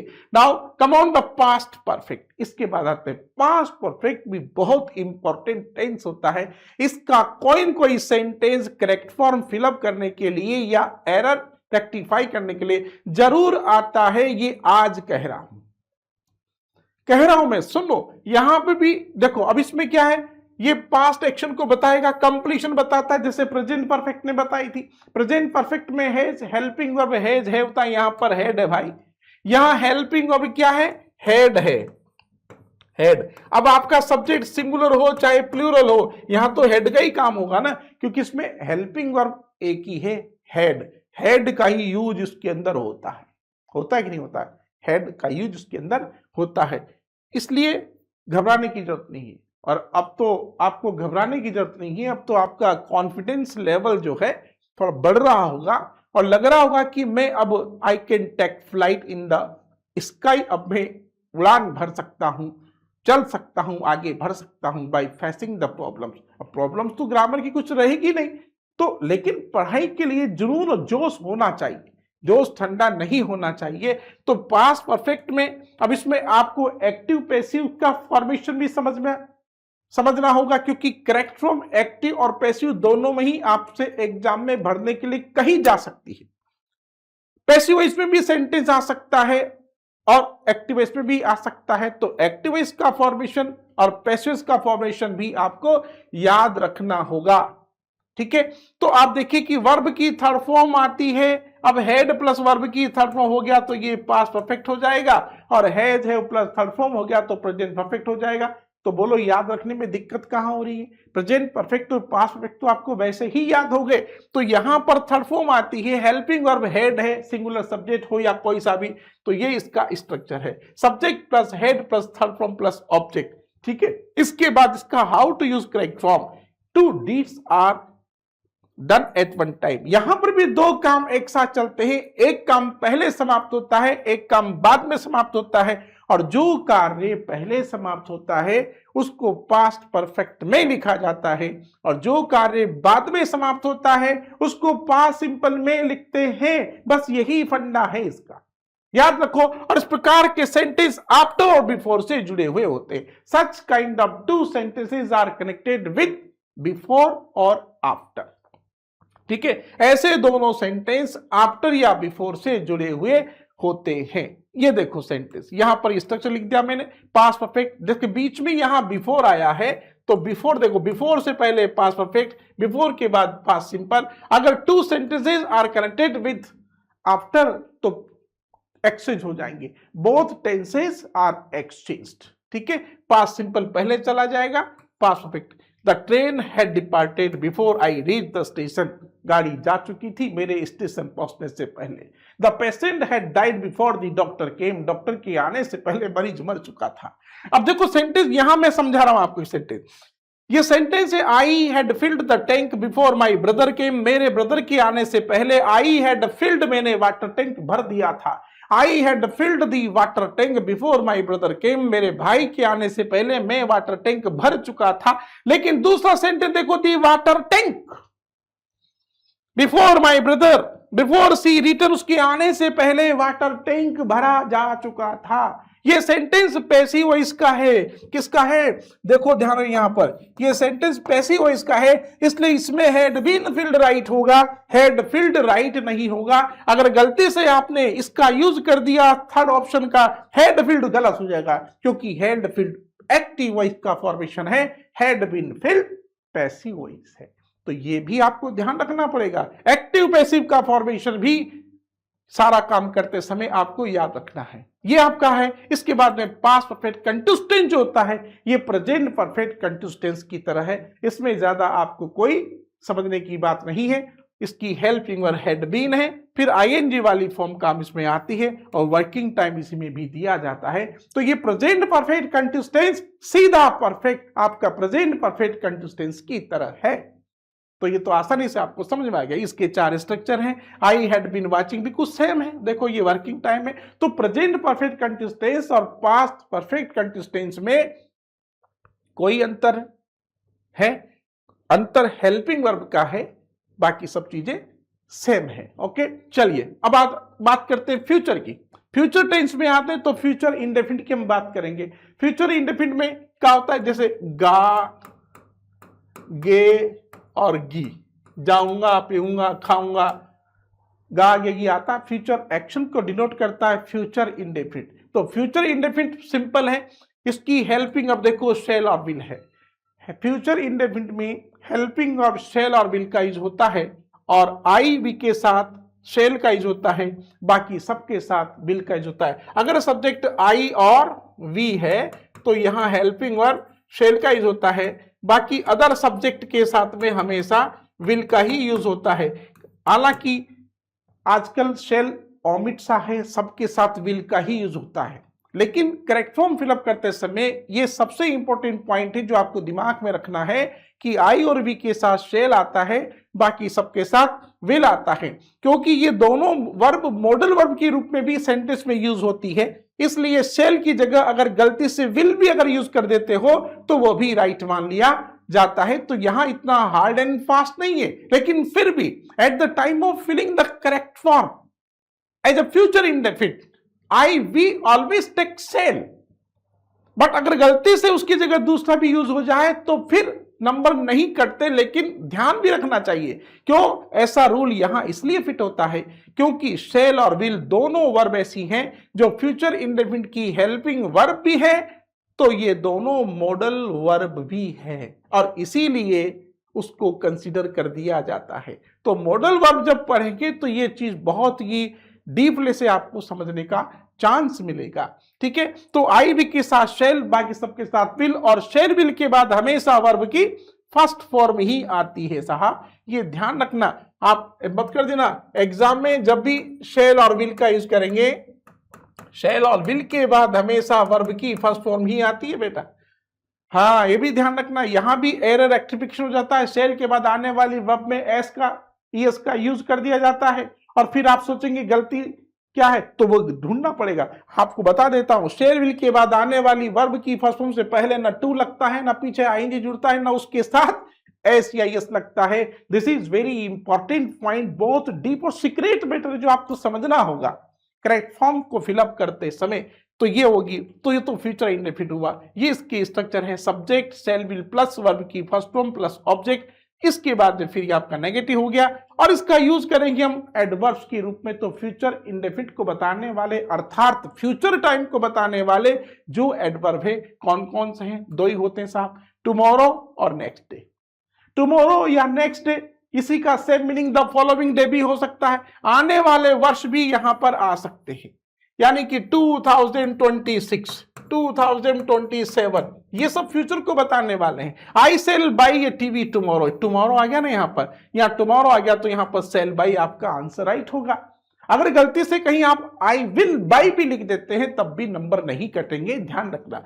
अगर my brother will write a book next year, ये आ जाता है। नेक्स्ट ईयर देखो यहां पर, ये जो फ्यूचर को बताने वाले एडवर्ब हैं ये फ्यूचर को बताएंगे, बहुत सिंपल है, सबको पता है कि दो ही एडवर्ब है फ्यूचर को बताने वाले। इसके बाद फ्यूचर कंटिन्यूस की हम बात करें, फ्यूचर कंटिन्यूस में हेल्पिंग और शेल बी और विल बी का यूज होता है।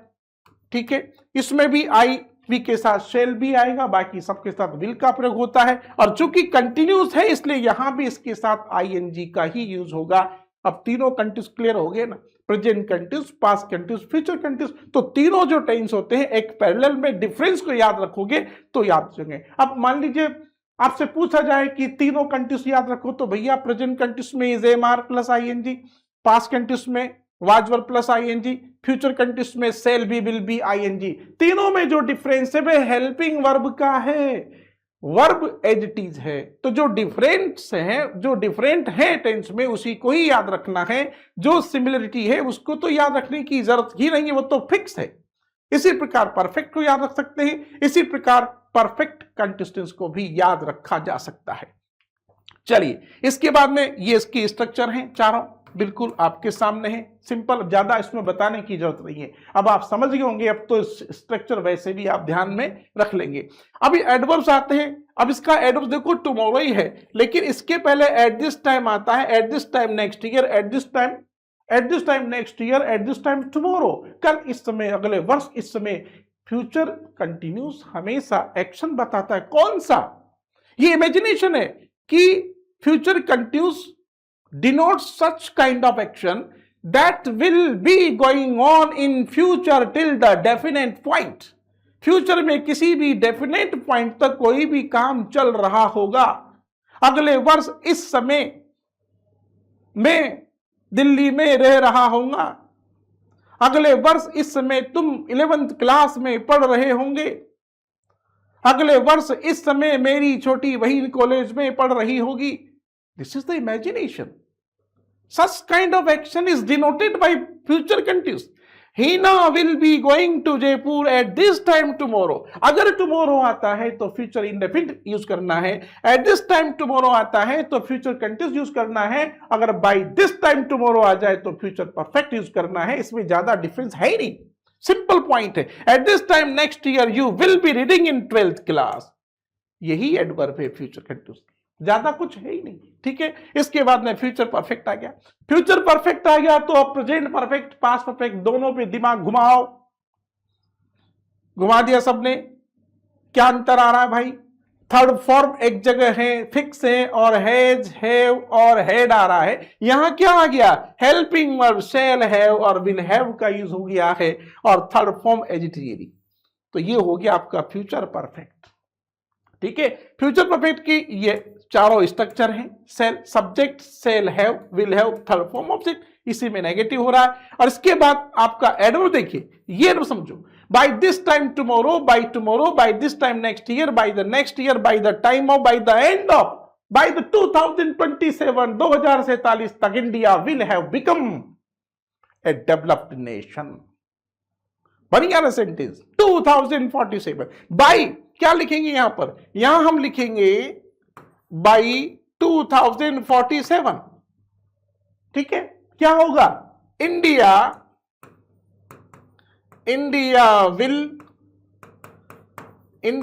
Will have become a developed nation. ठीक है भाई, 2047 2047 तक भारत विकसित राष्ट्र बन चुका होगा. This is the imagination. बना नहीं अभी, बन चुका होगा. तो फ्यूचर परफेक्ट ऐसी इमेजिनेशन को बताता है, ऐसा हो चुका होगा. यही हो रहा. बाय द नेक्स्ट ईयर, अगले साल तक तुम मकान खरीद चुके होंगे. तो ये देखो, he will have completed this project by next year. अगले साल तक वो इस प्रोजेक्ट को पूरा कर चुका होगा. ऐसी कल्पनाएं होती है. तो future perfect denote such kind of imagination, such kind of action that will be completed till the definite point in future. Continuous में जारी रहता है, इसमें समाप्त है. कंटिन्यूस में तो अगले वर्ष इस समय में पढ़ रहा हूंगा, लेकिन बाय अगले वर्ष तक मैं समाप्त कर चुका हूंगा. तो ये कार्य का इंकम्प्लीटमेंट है फ्यूचर परफेक्ट में. लेकिन फ्यूचर कंटिन्यूस में टाइम कंटिन्यू रहेगा. वो इमेजिनेशन है, ऐसा हो रहा होगा. और इसमें भी इमेजिनेशन ऐसा हो चुका होगा. 2047 में भारत डेवलप्ड नेशन बन चुका होगा. This is our imagination. Today we imagine what kind of India will be in 2047. ये बात यहां आती है. तो ये फ्यूचर परफेक्ट आता है. राइट, यहां पर एक चीज और आ जाती है. फ्यूचर परफेक्ट में एक वन मोर स्पेशल रूल है. देखो यहां पर बिफोर है.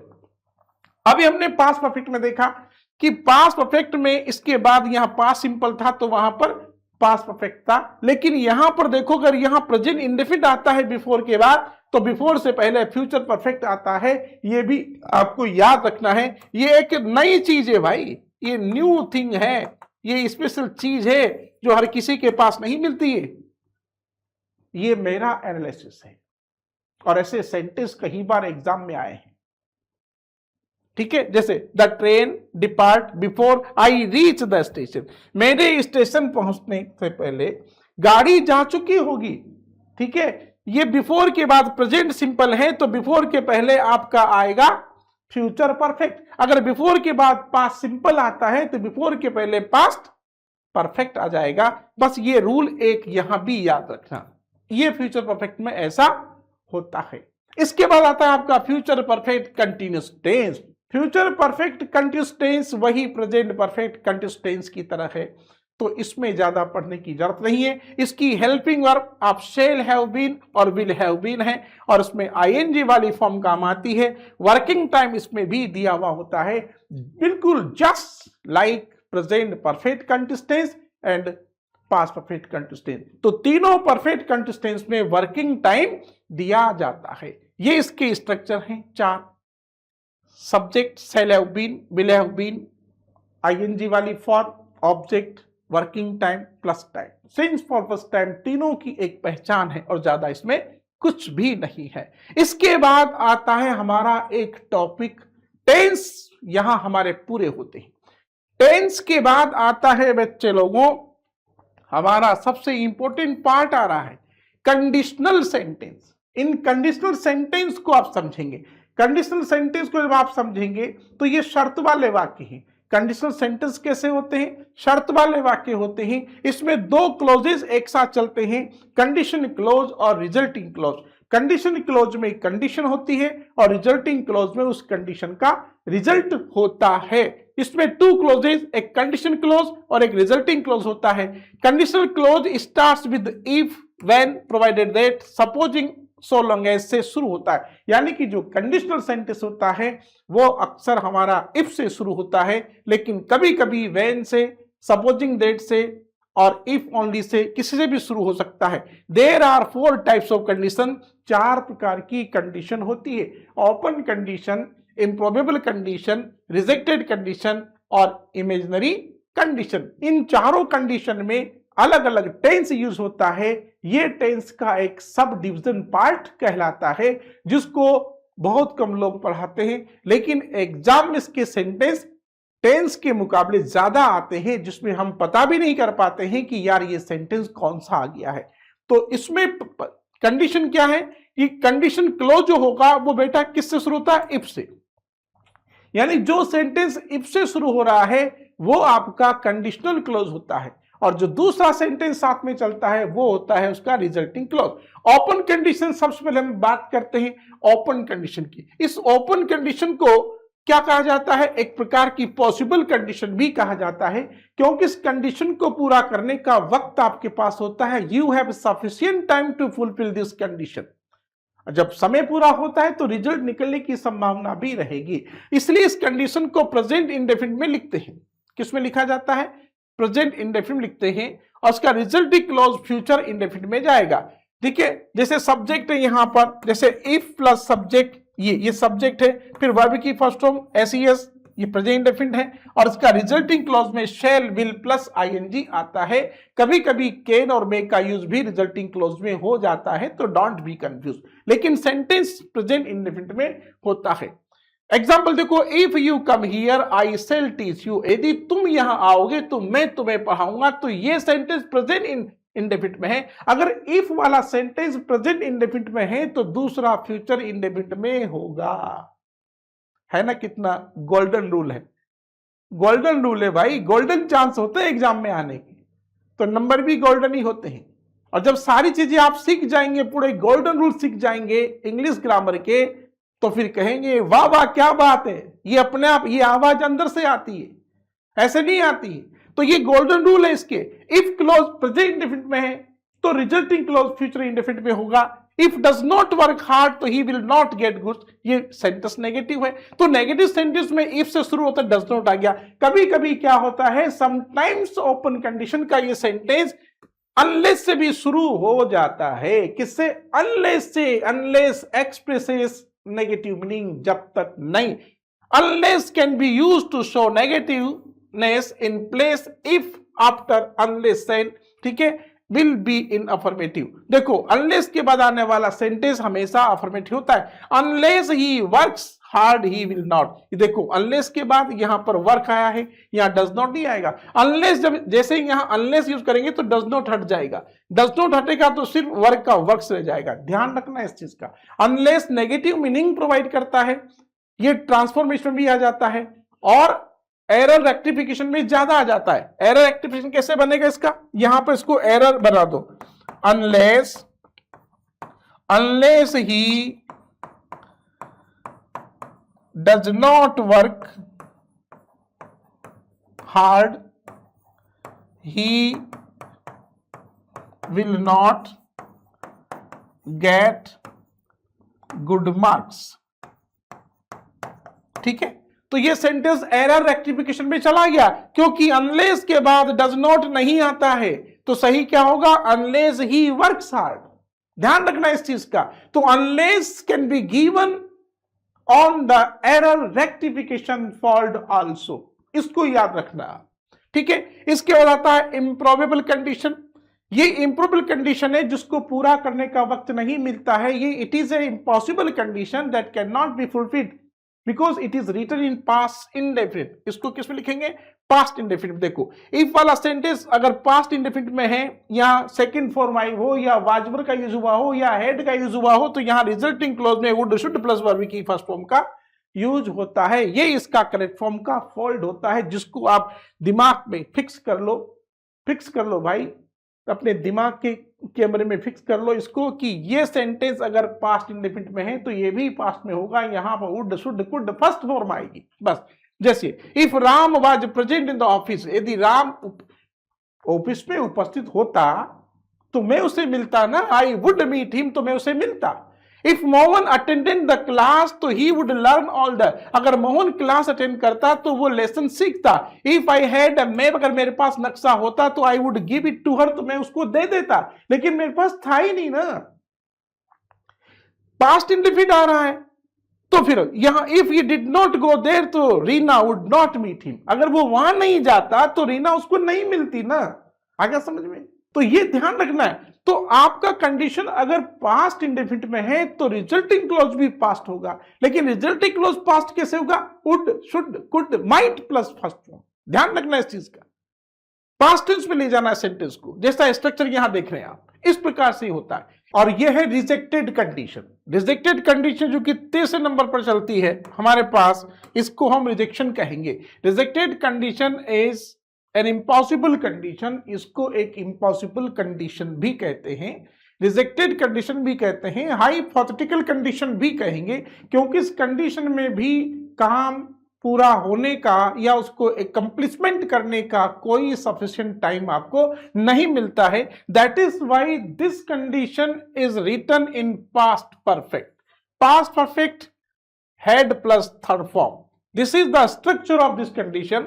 If plus subject had third form, और उसका रिजल्टिंग क्लॉज में जो आपका करेक्ट फॉर्म होगा वो होगा वुड शुड माइट या हैव या थर्ड फॉर्म। इतना सारा लिखना पड़ेगा, यानी कि जो वर्ब ब्रैकेट में आती है इसके करेक्ट फॉर्म में इसका रिजल्टिंग क्लॉज होता है, उसमें would should could plus have plus third form. ये रिजेक्टेड कंडीशन है, ओल्ड पास्ट में घटित होना पाया जाता है। अब देखो न्यू पास्ट और ओल्ड पास्ट का ऐसा कोई फंडा रूल्स टेंस में नहीं है, लेकिन ये तो हमारा खुद का एनालिसिस है ना, कि बात कहने का तरीका, यार उसने ऐसा किया हुआ होता तो ऐसा हो गया होता। तो यहां पर जब सेंटेंस आप चलाएंगे आगे तो आपका जो सेंटेंस बनेगा ना वो इस प्रकार से आगे बढ़ेगा सेंटेंस। जैसे Ram had studied, for example Ram had studied he would have got his selection in NEET.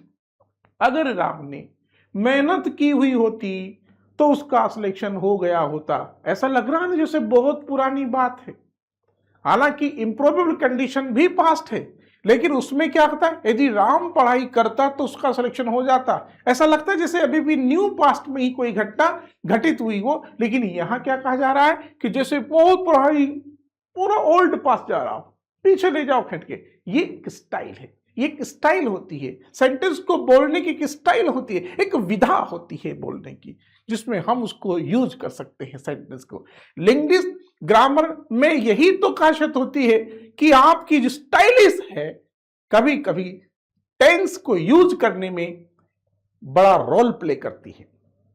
ठीक है, तो ये ध्यान रखना है। अब यहां पर अब देखो वर्ब जब यहां ब्रैकेट ब्लैंक होगा तो आपको वर्ब क्या होगा, ये वर्ब यहां गेट आपको ब्रैकेट के अंदर मिलेगी, लेकिन गेट का correct form would have got होता है। Sonu had gone to Jaipur, she would have visited the Hawa Mahal. अगर वो सोनू जयपुर गया होता तो हवा महल की यात्रा की होती। ठीक है, तो हवा महल की यात्रा की, हवा महल जयपुर में भाई, राजस्थान में आया समझ में, तो इसकी यात्रा करेंगे जब आप जयपुर जाएंगे। Sometimes this is very important note, इसको समझना है। कभी कभी क्या होता है कि that can be written in place of if in condition clause. अब क्या होता है, रिजेक्टेड कंडीशन को लिखने का एक और तरीका होता है, एक और मेथड होता है कि how to write condition clause of rejected condition. In place of if you can write had before the subject. It doesn't mean that sentence has been converted into interrogative sentence. अगर आप head को पहले लिखेंगे, जैसे head पहले आ गया, यहां पर ये सेंटेंस है, इसको हम ऐसे लिख सकते हैं, if सोनू had, या फिर had Sonu gone to Jaipur, यहां head पहले आ गया, इसका मतलब ये नहीं है कि ये सेंटेंस इंटरोगेटिव हो गया। हम क्या करते हैं, हमारे जैसे टेंस में हमने सेंटेंस लिखा इंटरोगेटिव, इंटरोगेटिव में ऐसा ही तो करते हैं ना कि हेल्पिंग वर्ब को अगर सब्जेक्ट के पहले लिखा जाता है तो वो आपका इंटरोगेटिव सेंटेंस हो जाता है। लेकिन यहां पर सेंटेंस इंटरोगेटिव नहीं हुआ है, ये कंडीशन को शो करने का तरीका है। और ये सारी की सारी कारस्तानी सिर्फ रिजेक्टेड कंडीशन में ही होती है, इम्प्रोबेबल में नहीं हो सकती, ओपन में नहीं हो सकती। सिर्फ हेड को पहले लिखेंगे तो ये भी है, तो इस कंडीशन में भी आपको कंफ्यूज नहीं होना है, ये आपको ध्यान रखना है। तो ये आपकी रिजेक्टेड कंडीशन है जिसमें हेड को इफ के स्थान पर पहले लिखकर आपको बताया जा सकता है ना मजेदार बात। क्योंकि अब देखो पास्ट परफेक्ट का यूज किस कंडीशन में होता है, आपको ध्यान रखना है कि पास्ट परफेक्ट, अब एग्जाम में सेंटेंस आ जाते हैं इस प्रकार से, जैसे इफ द डॉक्टर, ये सेंटेंस है, इफ द डॉक्टर यहां पर, और ये पर गिव ब्रैकेट में है ऑक्सीजन, ठीक है, ये तो द पेशेंट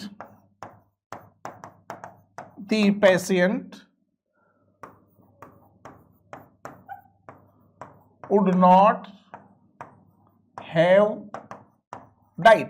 अब यहां पर would not have died है, तो यहां पर आपको पास्ट परफेक्ट यूज करना है had given, क्योंकि रिजेक्टेड कंडीशन है। अब इस रिजल्टिंग क्लोज से ही आपको सिद्ध का होता है, इससे ही प्रूव होता है कि यहां इफ वाले सेंटेंस में पास्ट परफेक्ट का यूज होगा, ठीक है। तो ये आपको ध्यान रखना है। पास्ट परफेक्ट में दो सेंटेंस हमने पास्ट परफेक्ट में कैसे यूज होता है वो तो वहां तो बताइए थे, लेकिन यहां पर भी पास्ट परफेक्ट यूज होता है रिजेक्टेड कंडीशन में। इसके बाद हमारी नेक्स्ट कंडीशन आती है इमेजिनरी कंडीशन, कल्पनात्मक कंडीशन। जब सेंटेंस को इमेजिनेशन शो की जाती है तो वहां पर वर्ब के रूप में हमेशा वर्ब का ही यूज होगा, वाज नहीं आता है, ठीक है। इफ आई वर, अभी देखो यहां पर वर है तो ये बी का फॉर्मेशन है, तो इसका जो रिजल्टिंग क्लोज होगा उसमें वुड शुड प्लस वर्ब की फर्स्ट फॉर्म का यूज होगा, यानी कि इंप्रोबेबल कंडीशन का ही रिजल्टिंग क्लोज यहां फॉलो होता है, क्योंकि वर्ब भी तो पास्ट टेंस ही है ना, ये तो है तो उसी का ही रूप, लेकिन ये एक इमेजिनेशन का भाव यहां पर है। इसमें इमेजिनेशन का पुट होने की वजह से इसको हमने फोर्थ कंडीशन के नाम से सेपरेट कर दिया, सिर्फ आप लोगों को समझाने के लिए। मैंने पहले भी कहा कि समझाने के लिए हर व्यक्ति को अपना अपना एक अधिकार होता है। आपने पोइट्री पढ़ते समय भी आपने देखा होगा कि पोइट को एक राइट होता है, एक लिटरेरी डिवाइस का यूज करता है, वो अपनी इच्छा के अनुसार किसी भी वर्ड की स्पेलिंग को ट्विस्ट कर सकता है, चेंज कर सकता है। जैसे हमारे पास जो पोइम है, आपकी फर्स्ट फ्लाइट में जो पोइम है, कौन सी वाली पोइम है, the tale of the custard dragon वाली पोइम में विंडो की स्पेलिंग को विंडा कर दिया, विंडा। तो विंडो की स्पेलिंग में जो ओ आता है विंडो, उसको विंडा कर दिया। क्यों? क्योंकि राइम स्कीम को सेम रखने के लिए पोइट इस काम को कर सकता है, तो इसलिए सबको एक पावर होता है, तो हमने भी उसी का यूज कर लिया और उसी को हम कहते हैं पोइटिक लाइसेंस नाम का जो पोइटिक डिवाइस होता है वो पोइट यूज कर लेता है। तो यहां पर भी हालांकि इमेजिनरी कंडीशन ऐसी कोई कंडीशन नहीं होती है, लेकिन कल्पना के सेंस में हमने इसको एनालिसिस करके उस सेकंड वाली कंडीशन से निकालकर इसका फोर्थ रूप बना दिया ताकि सेपरेटली आपको समझ में आ जाए। जैसे न्यू पास्ट ओल्ड पास्ट का फंडा है, ये किसी का नहीं, ये सिर्फ हमारा फंडा है। समझाने का तरीका है कि आपको इंप्रोबेबल कंडीशन में और रिजेक्टेड कंडीशन में डिफरेंस समझ में आ जाए ताकि आपका सेंटेंस राइट हो, ये मजे वाली बात है। तो यहां भी कल्पना है तो इसमें वर आएगा, तो जब ये तो वही कंडीशन है, इसलिए if I were A bird I would fly in the sky, काश में पक्षी होता, यदि में पक्षी होता तो आसमान में उड़ता। तो यहां हमेशा वर्ब के रूप में वर्ब का ही यूज होगा, कंफ्यूज नहीं होना है। एग्जाम में अगर यहां मैं अगर वाज का यूज कर देता हूं यहां पर वर्ब की जगह, तो सेंटेंस गलत हो जाएगा। If I was a bird, अजी वाह इन पक्षी होता। तो कल्पना के सेंस में, in the sense of imagination, to show the imagination, always verb will be applied. याद रखना, इसमें किसी के कहने से कंफ्यूज नहीं होना है। दुनिया है, बहुत सारे व्यक्ति आएंगे, यार सिंगुलर सब्जेक्ट है भाई आई। अब आप सोचेंगे आई तो सिंगुलर है, आई के साथ वर्ब कैसे आ सकता है?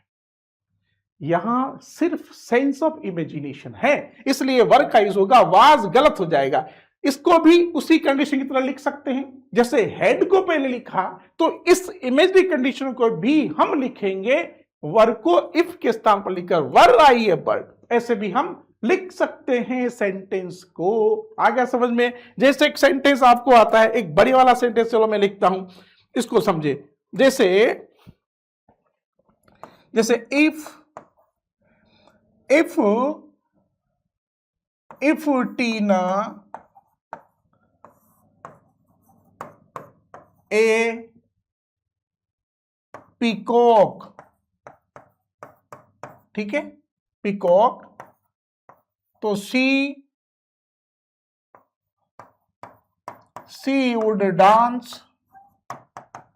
would dance in the garden.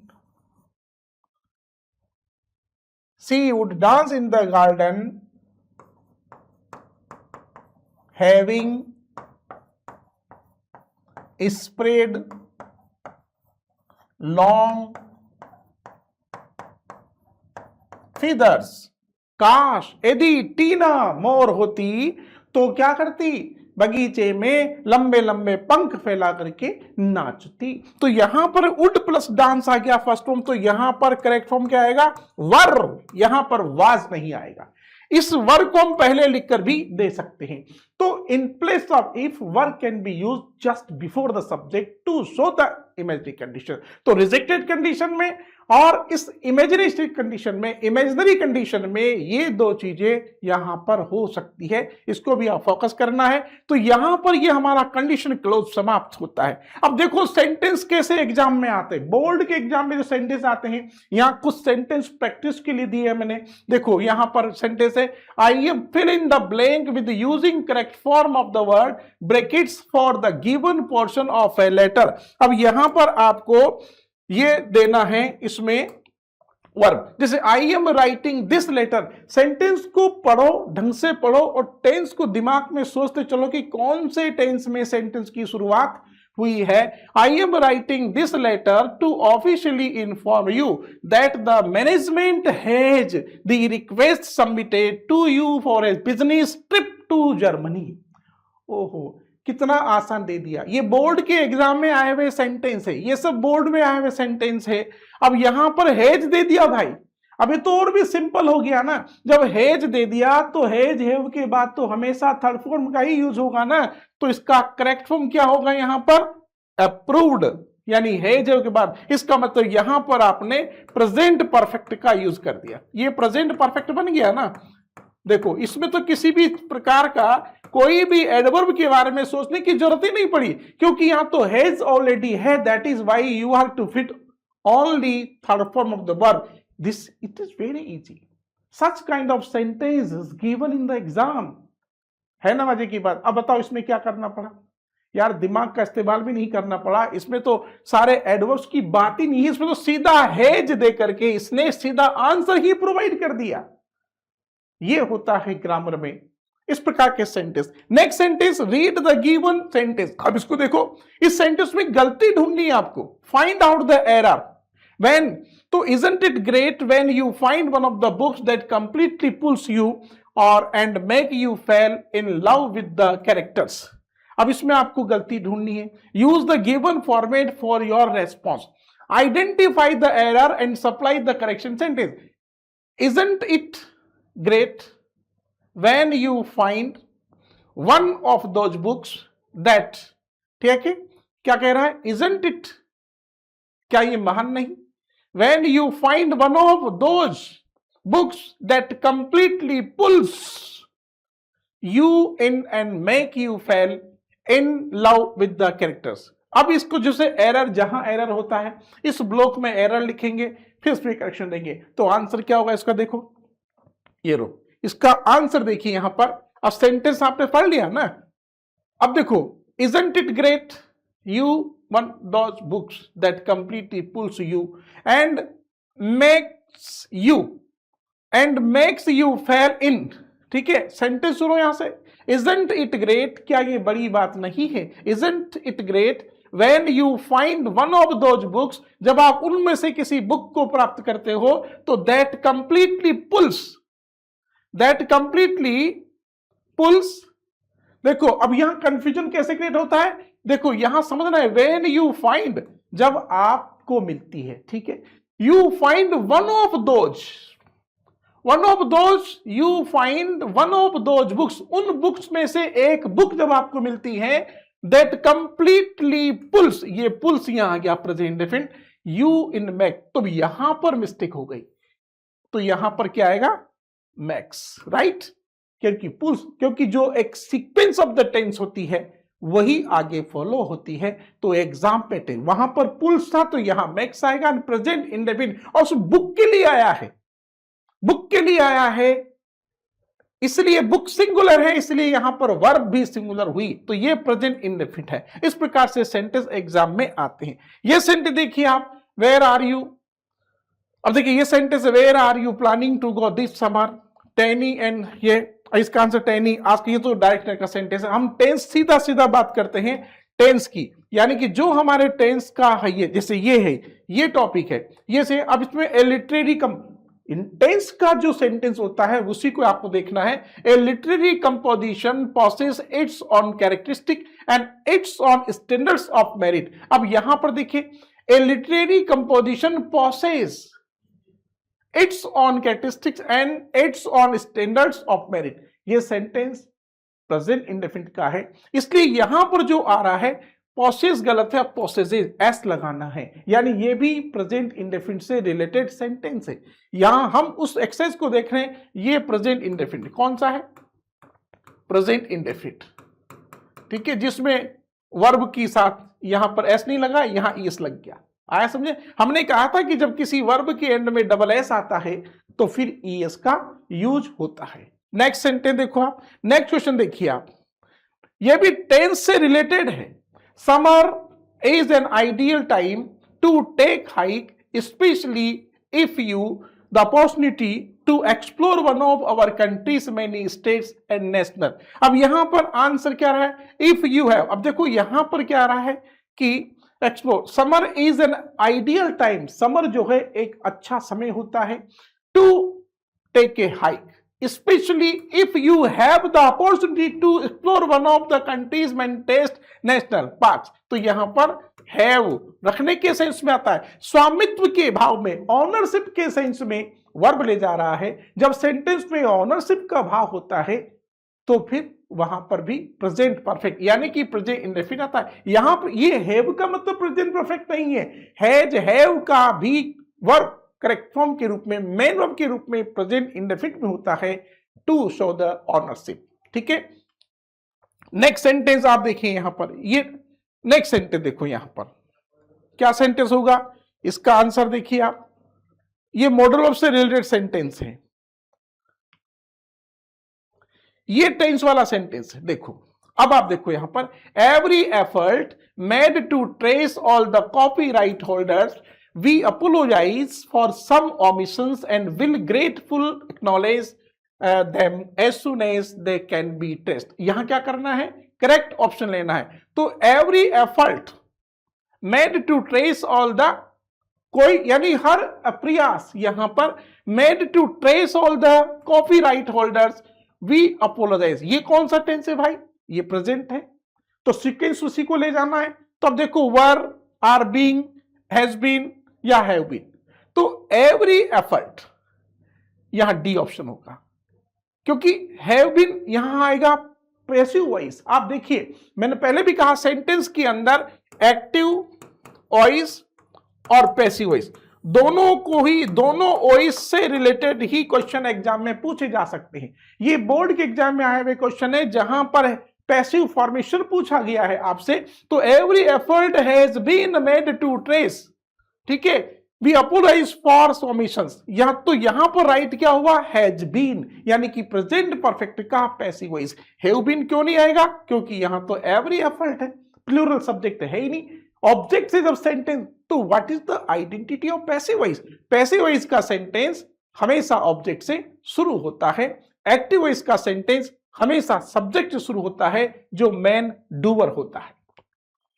Next sentence देखिए आप इसमें, ये तो बिल्कुल सेंटेंस नॉन फाइनाइट वर्ब वाली कंडीशन है जो मैंने आपको बीच में बताया था कि कभी कभी नॉन फाइनाइट वर्ब भी आ जाती है, तो यहां तो ए ऑप्शन राइट है। टू ग्रो, यानी कि आई वांट टू ग्रो, यानी कि मैं ग्रो करना चाहता हूं, तो यहां तो ये इनफाइनाइट वर्ब यानी इन्फिनिटिव का यूज हुआ है, तो ये अलग टेंस से हटकर अलग प्रकार की वर्ब होती है जो सीबीएसई के सिलेबस में नहीं होती, लेकिन फिर भी एग्जाम में आ जाता है। तो ऐसी चीजों के लिए भी आप तैयार रहें, और ऐसी इनफाइनाइट इनफाइनाइट वर्ब्स को पढ़ने के लिए इसके लिए भी हमने एक वीडियो बना दी है, उसको आप देख सकते हैं। क्लास में भी आपको मिलेंगे, टेंस के दौरान लाइव क्लास में भी आपको इनफाइनाइट वर्ब के बारे में बताया गया है, ठीक है। और इसके लिए हम और भी वीडियो बनाएंगे, लेकिन आपको इस चीज को भी समझना पड़ेगा। इसके बाद नेक्स्ट क्वेश्चन आता है। नेक्स्ट क्वेश्चन में अब देखो यहां पर टू मेंटेनिंग, शुरू में ही मिस्टेक हो गई ना, यहां पर क्या मिस्टेक हो गई, शुरू में ही मिस्टेक हो गई मेरे बच्चों। नॉन फाइनाइट वर्ब की हम बात कर रहे हैं। नॉन फाइनाइट वर्ब तीन प्रकार की होती है, देखो नॉन फाइनाइट वर्ब तीन होती है, there are three. First infinitive, एक होता है जिरंड, और थर्ड होती है पार्टिसिपल। ये तो जिरंड और पार्टिसिपल ये नाउन के रूप में भी सेंटेंस में आती है। नाउन यानी कि सब्जेक्ट के रूप में भी इनका यूज होता है बेटा, किस रूप में, सब्जेक्ट के रूप में। टू प्लस, अब देखो टू प्लस वर्ब की फर्स्ट फॉर्म का जो फॉर्मेशन है ये इन्फिनिटिव है, और वर्ब की फर्स्ट फॉर्म के साथ में जब आईएनजी जुड़ता है तो ये जिरंड फॉर्म हो जाती है। यहां मेंटेनिंग है, यहां से टू मेंटेनिंग किया हुआ है, यहीं पर मिस्टेक है कि टू के बाद आने वाली वर्ब में आईएनजी नहीं लगेगा, प्री पोकेट के नंबर है। तो आंसर क्या होगा, मेंटेनिंग या टू मेंटेन, यानी कि सिर्फ मेंटेन वहां पर होगा, टू के बाद आने वाली वर्ब जिरंड नहीं, सिर्फ फर्स्ट फॉर्म होती है। यह है नॉन फाइनाइट का फंडा, बिल्कुल सिंपल है, इसको समझे। नेक्स्ट सेंटेंस में देखो, प्रेजेंट इंडेफिनिट का सेंटेंस है, ये डायरेक्ट सीधा प्रेजेंट इंडेफिनिट का सेंटेंस है। Reena always the truth, always कौन से टेंस का एडवर्ब भाई, ऑलवेज मैंने बताया ना, always, often, seldom, everyone, everyday, daily, every, ये सब क्या है यार, प्रेजेंट इंडेफिनिट के एडवर्ब है ना, तो ऑलवेज है ना, तो ऑलवेज वहां है तो सीधा वर्ब की फर्स्ट फॉर्म लेनी है ना। रीना सिंगुलर है तो सीधा स्पीक्स आएगा ना, इस बात के तो नंबर है, एक नंबर लाओ, एक नंबर। इस प्रकार से टेंस को फिलअप करेंगे। एग्जाम में आया हुआ सेंटेंस है ये, ऑलवेज ऐसा सेंटेंस है, ठीक है। नेक्स्ट सेंटेंस देखो, ब्रेड एंड बटर, ये सब्जेक्ट वर्ब कंकॉर्ड से रिलेटेड सेंटेंस है, लेकिन है तो टेंस का ही पार्ट। ब्रेड एंड बटर यहां सिंगुलर रह जाए तो इसलिए वर्ब आएगी is, bread and butter is, तो इसका आंसर इज है। ये मेन वर्ब के रूप में बी का फॉर्मेशन होता है, ये बी के रूप क्या होते हैं, एज, एम, आर होते हैं। तो यहां पर सिंगुलर जा रहा है इसलिए यहां पर इसका यूज हो जाएगा। This question is related to subject verb concord. बात तो टेंस का ही है, भरना आपको वर्ब ही है। सब्जेक्ट वर्ब कंकॉर्ड से रिलेटेड सेंटेंस होता है तो उसमें भी वर्ब का ही यूज होता है, ठीक है। तो ये सेंटेंस भी टेंस का एक पार्ट है। इस प्रकार से सेंटेंस हमारे आगे बढ़ते हैं। अब यह सेंटेंस देखिए, complete the given narrative by filling the blank with the correct, ये भी टेंस का ही है। Heena from fever since last Sunday, पिछले संडे से हीना जो है क्या कर रही है, बुखार से पीड़ित हो रही है। यहां पर वर्किंग टाइम दिया हुआ है, लेकिन वो अभी भी बुखार से पीड़ित है, सिंस लास्ट संडे, पिछले रविवार से ही पीड़ित है, तो उसका मतलब अभी गोइंग ऑन है, वो ठीक नहीं हुई है। तो यहां पर डी ऑप्शन आएगा, Heena has been suffering from fever since last Sunday. तो यहां वर्किंग टाइम है, इसलिए यहां पर प्रेजेंट परफेक्ट कंटिन्यूअस टेंस का यूज हुआ है। हुआ कि नहीं हुआ है? वर्किंग टाइम आ जाता है ना। अब लास्ट को समझेंगे। देखो, लास्ट संडे समझ करके बच्चे सोचते हैं कि ये पास्ट की बात होगी। पास्ट की बात तो है, लेकिन वो अभी भी पीड़ित है बुखार से, चल रही है, अभी भी रिकवर नहीं हो रही है, इसलिए यहां पर present perfect continuous tense is suitable, except correct है। यहां हैड बीन सफरिंग नहीं चलेगा, ध्यान रखना। ये भी टेंस का, ये भी देखो आप, अनयास ate all the chocolates kept in the tray, tray में रखे सारे चॉकलेट अनयास खा गई।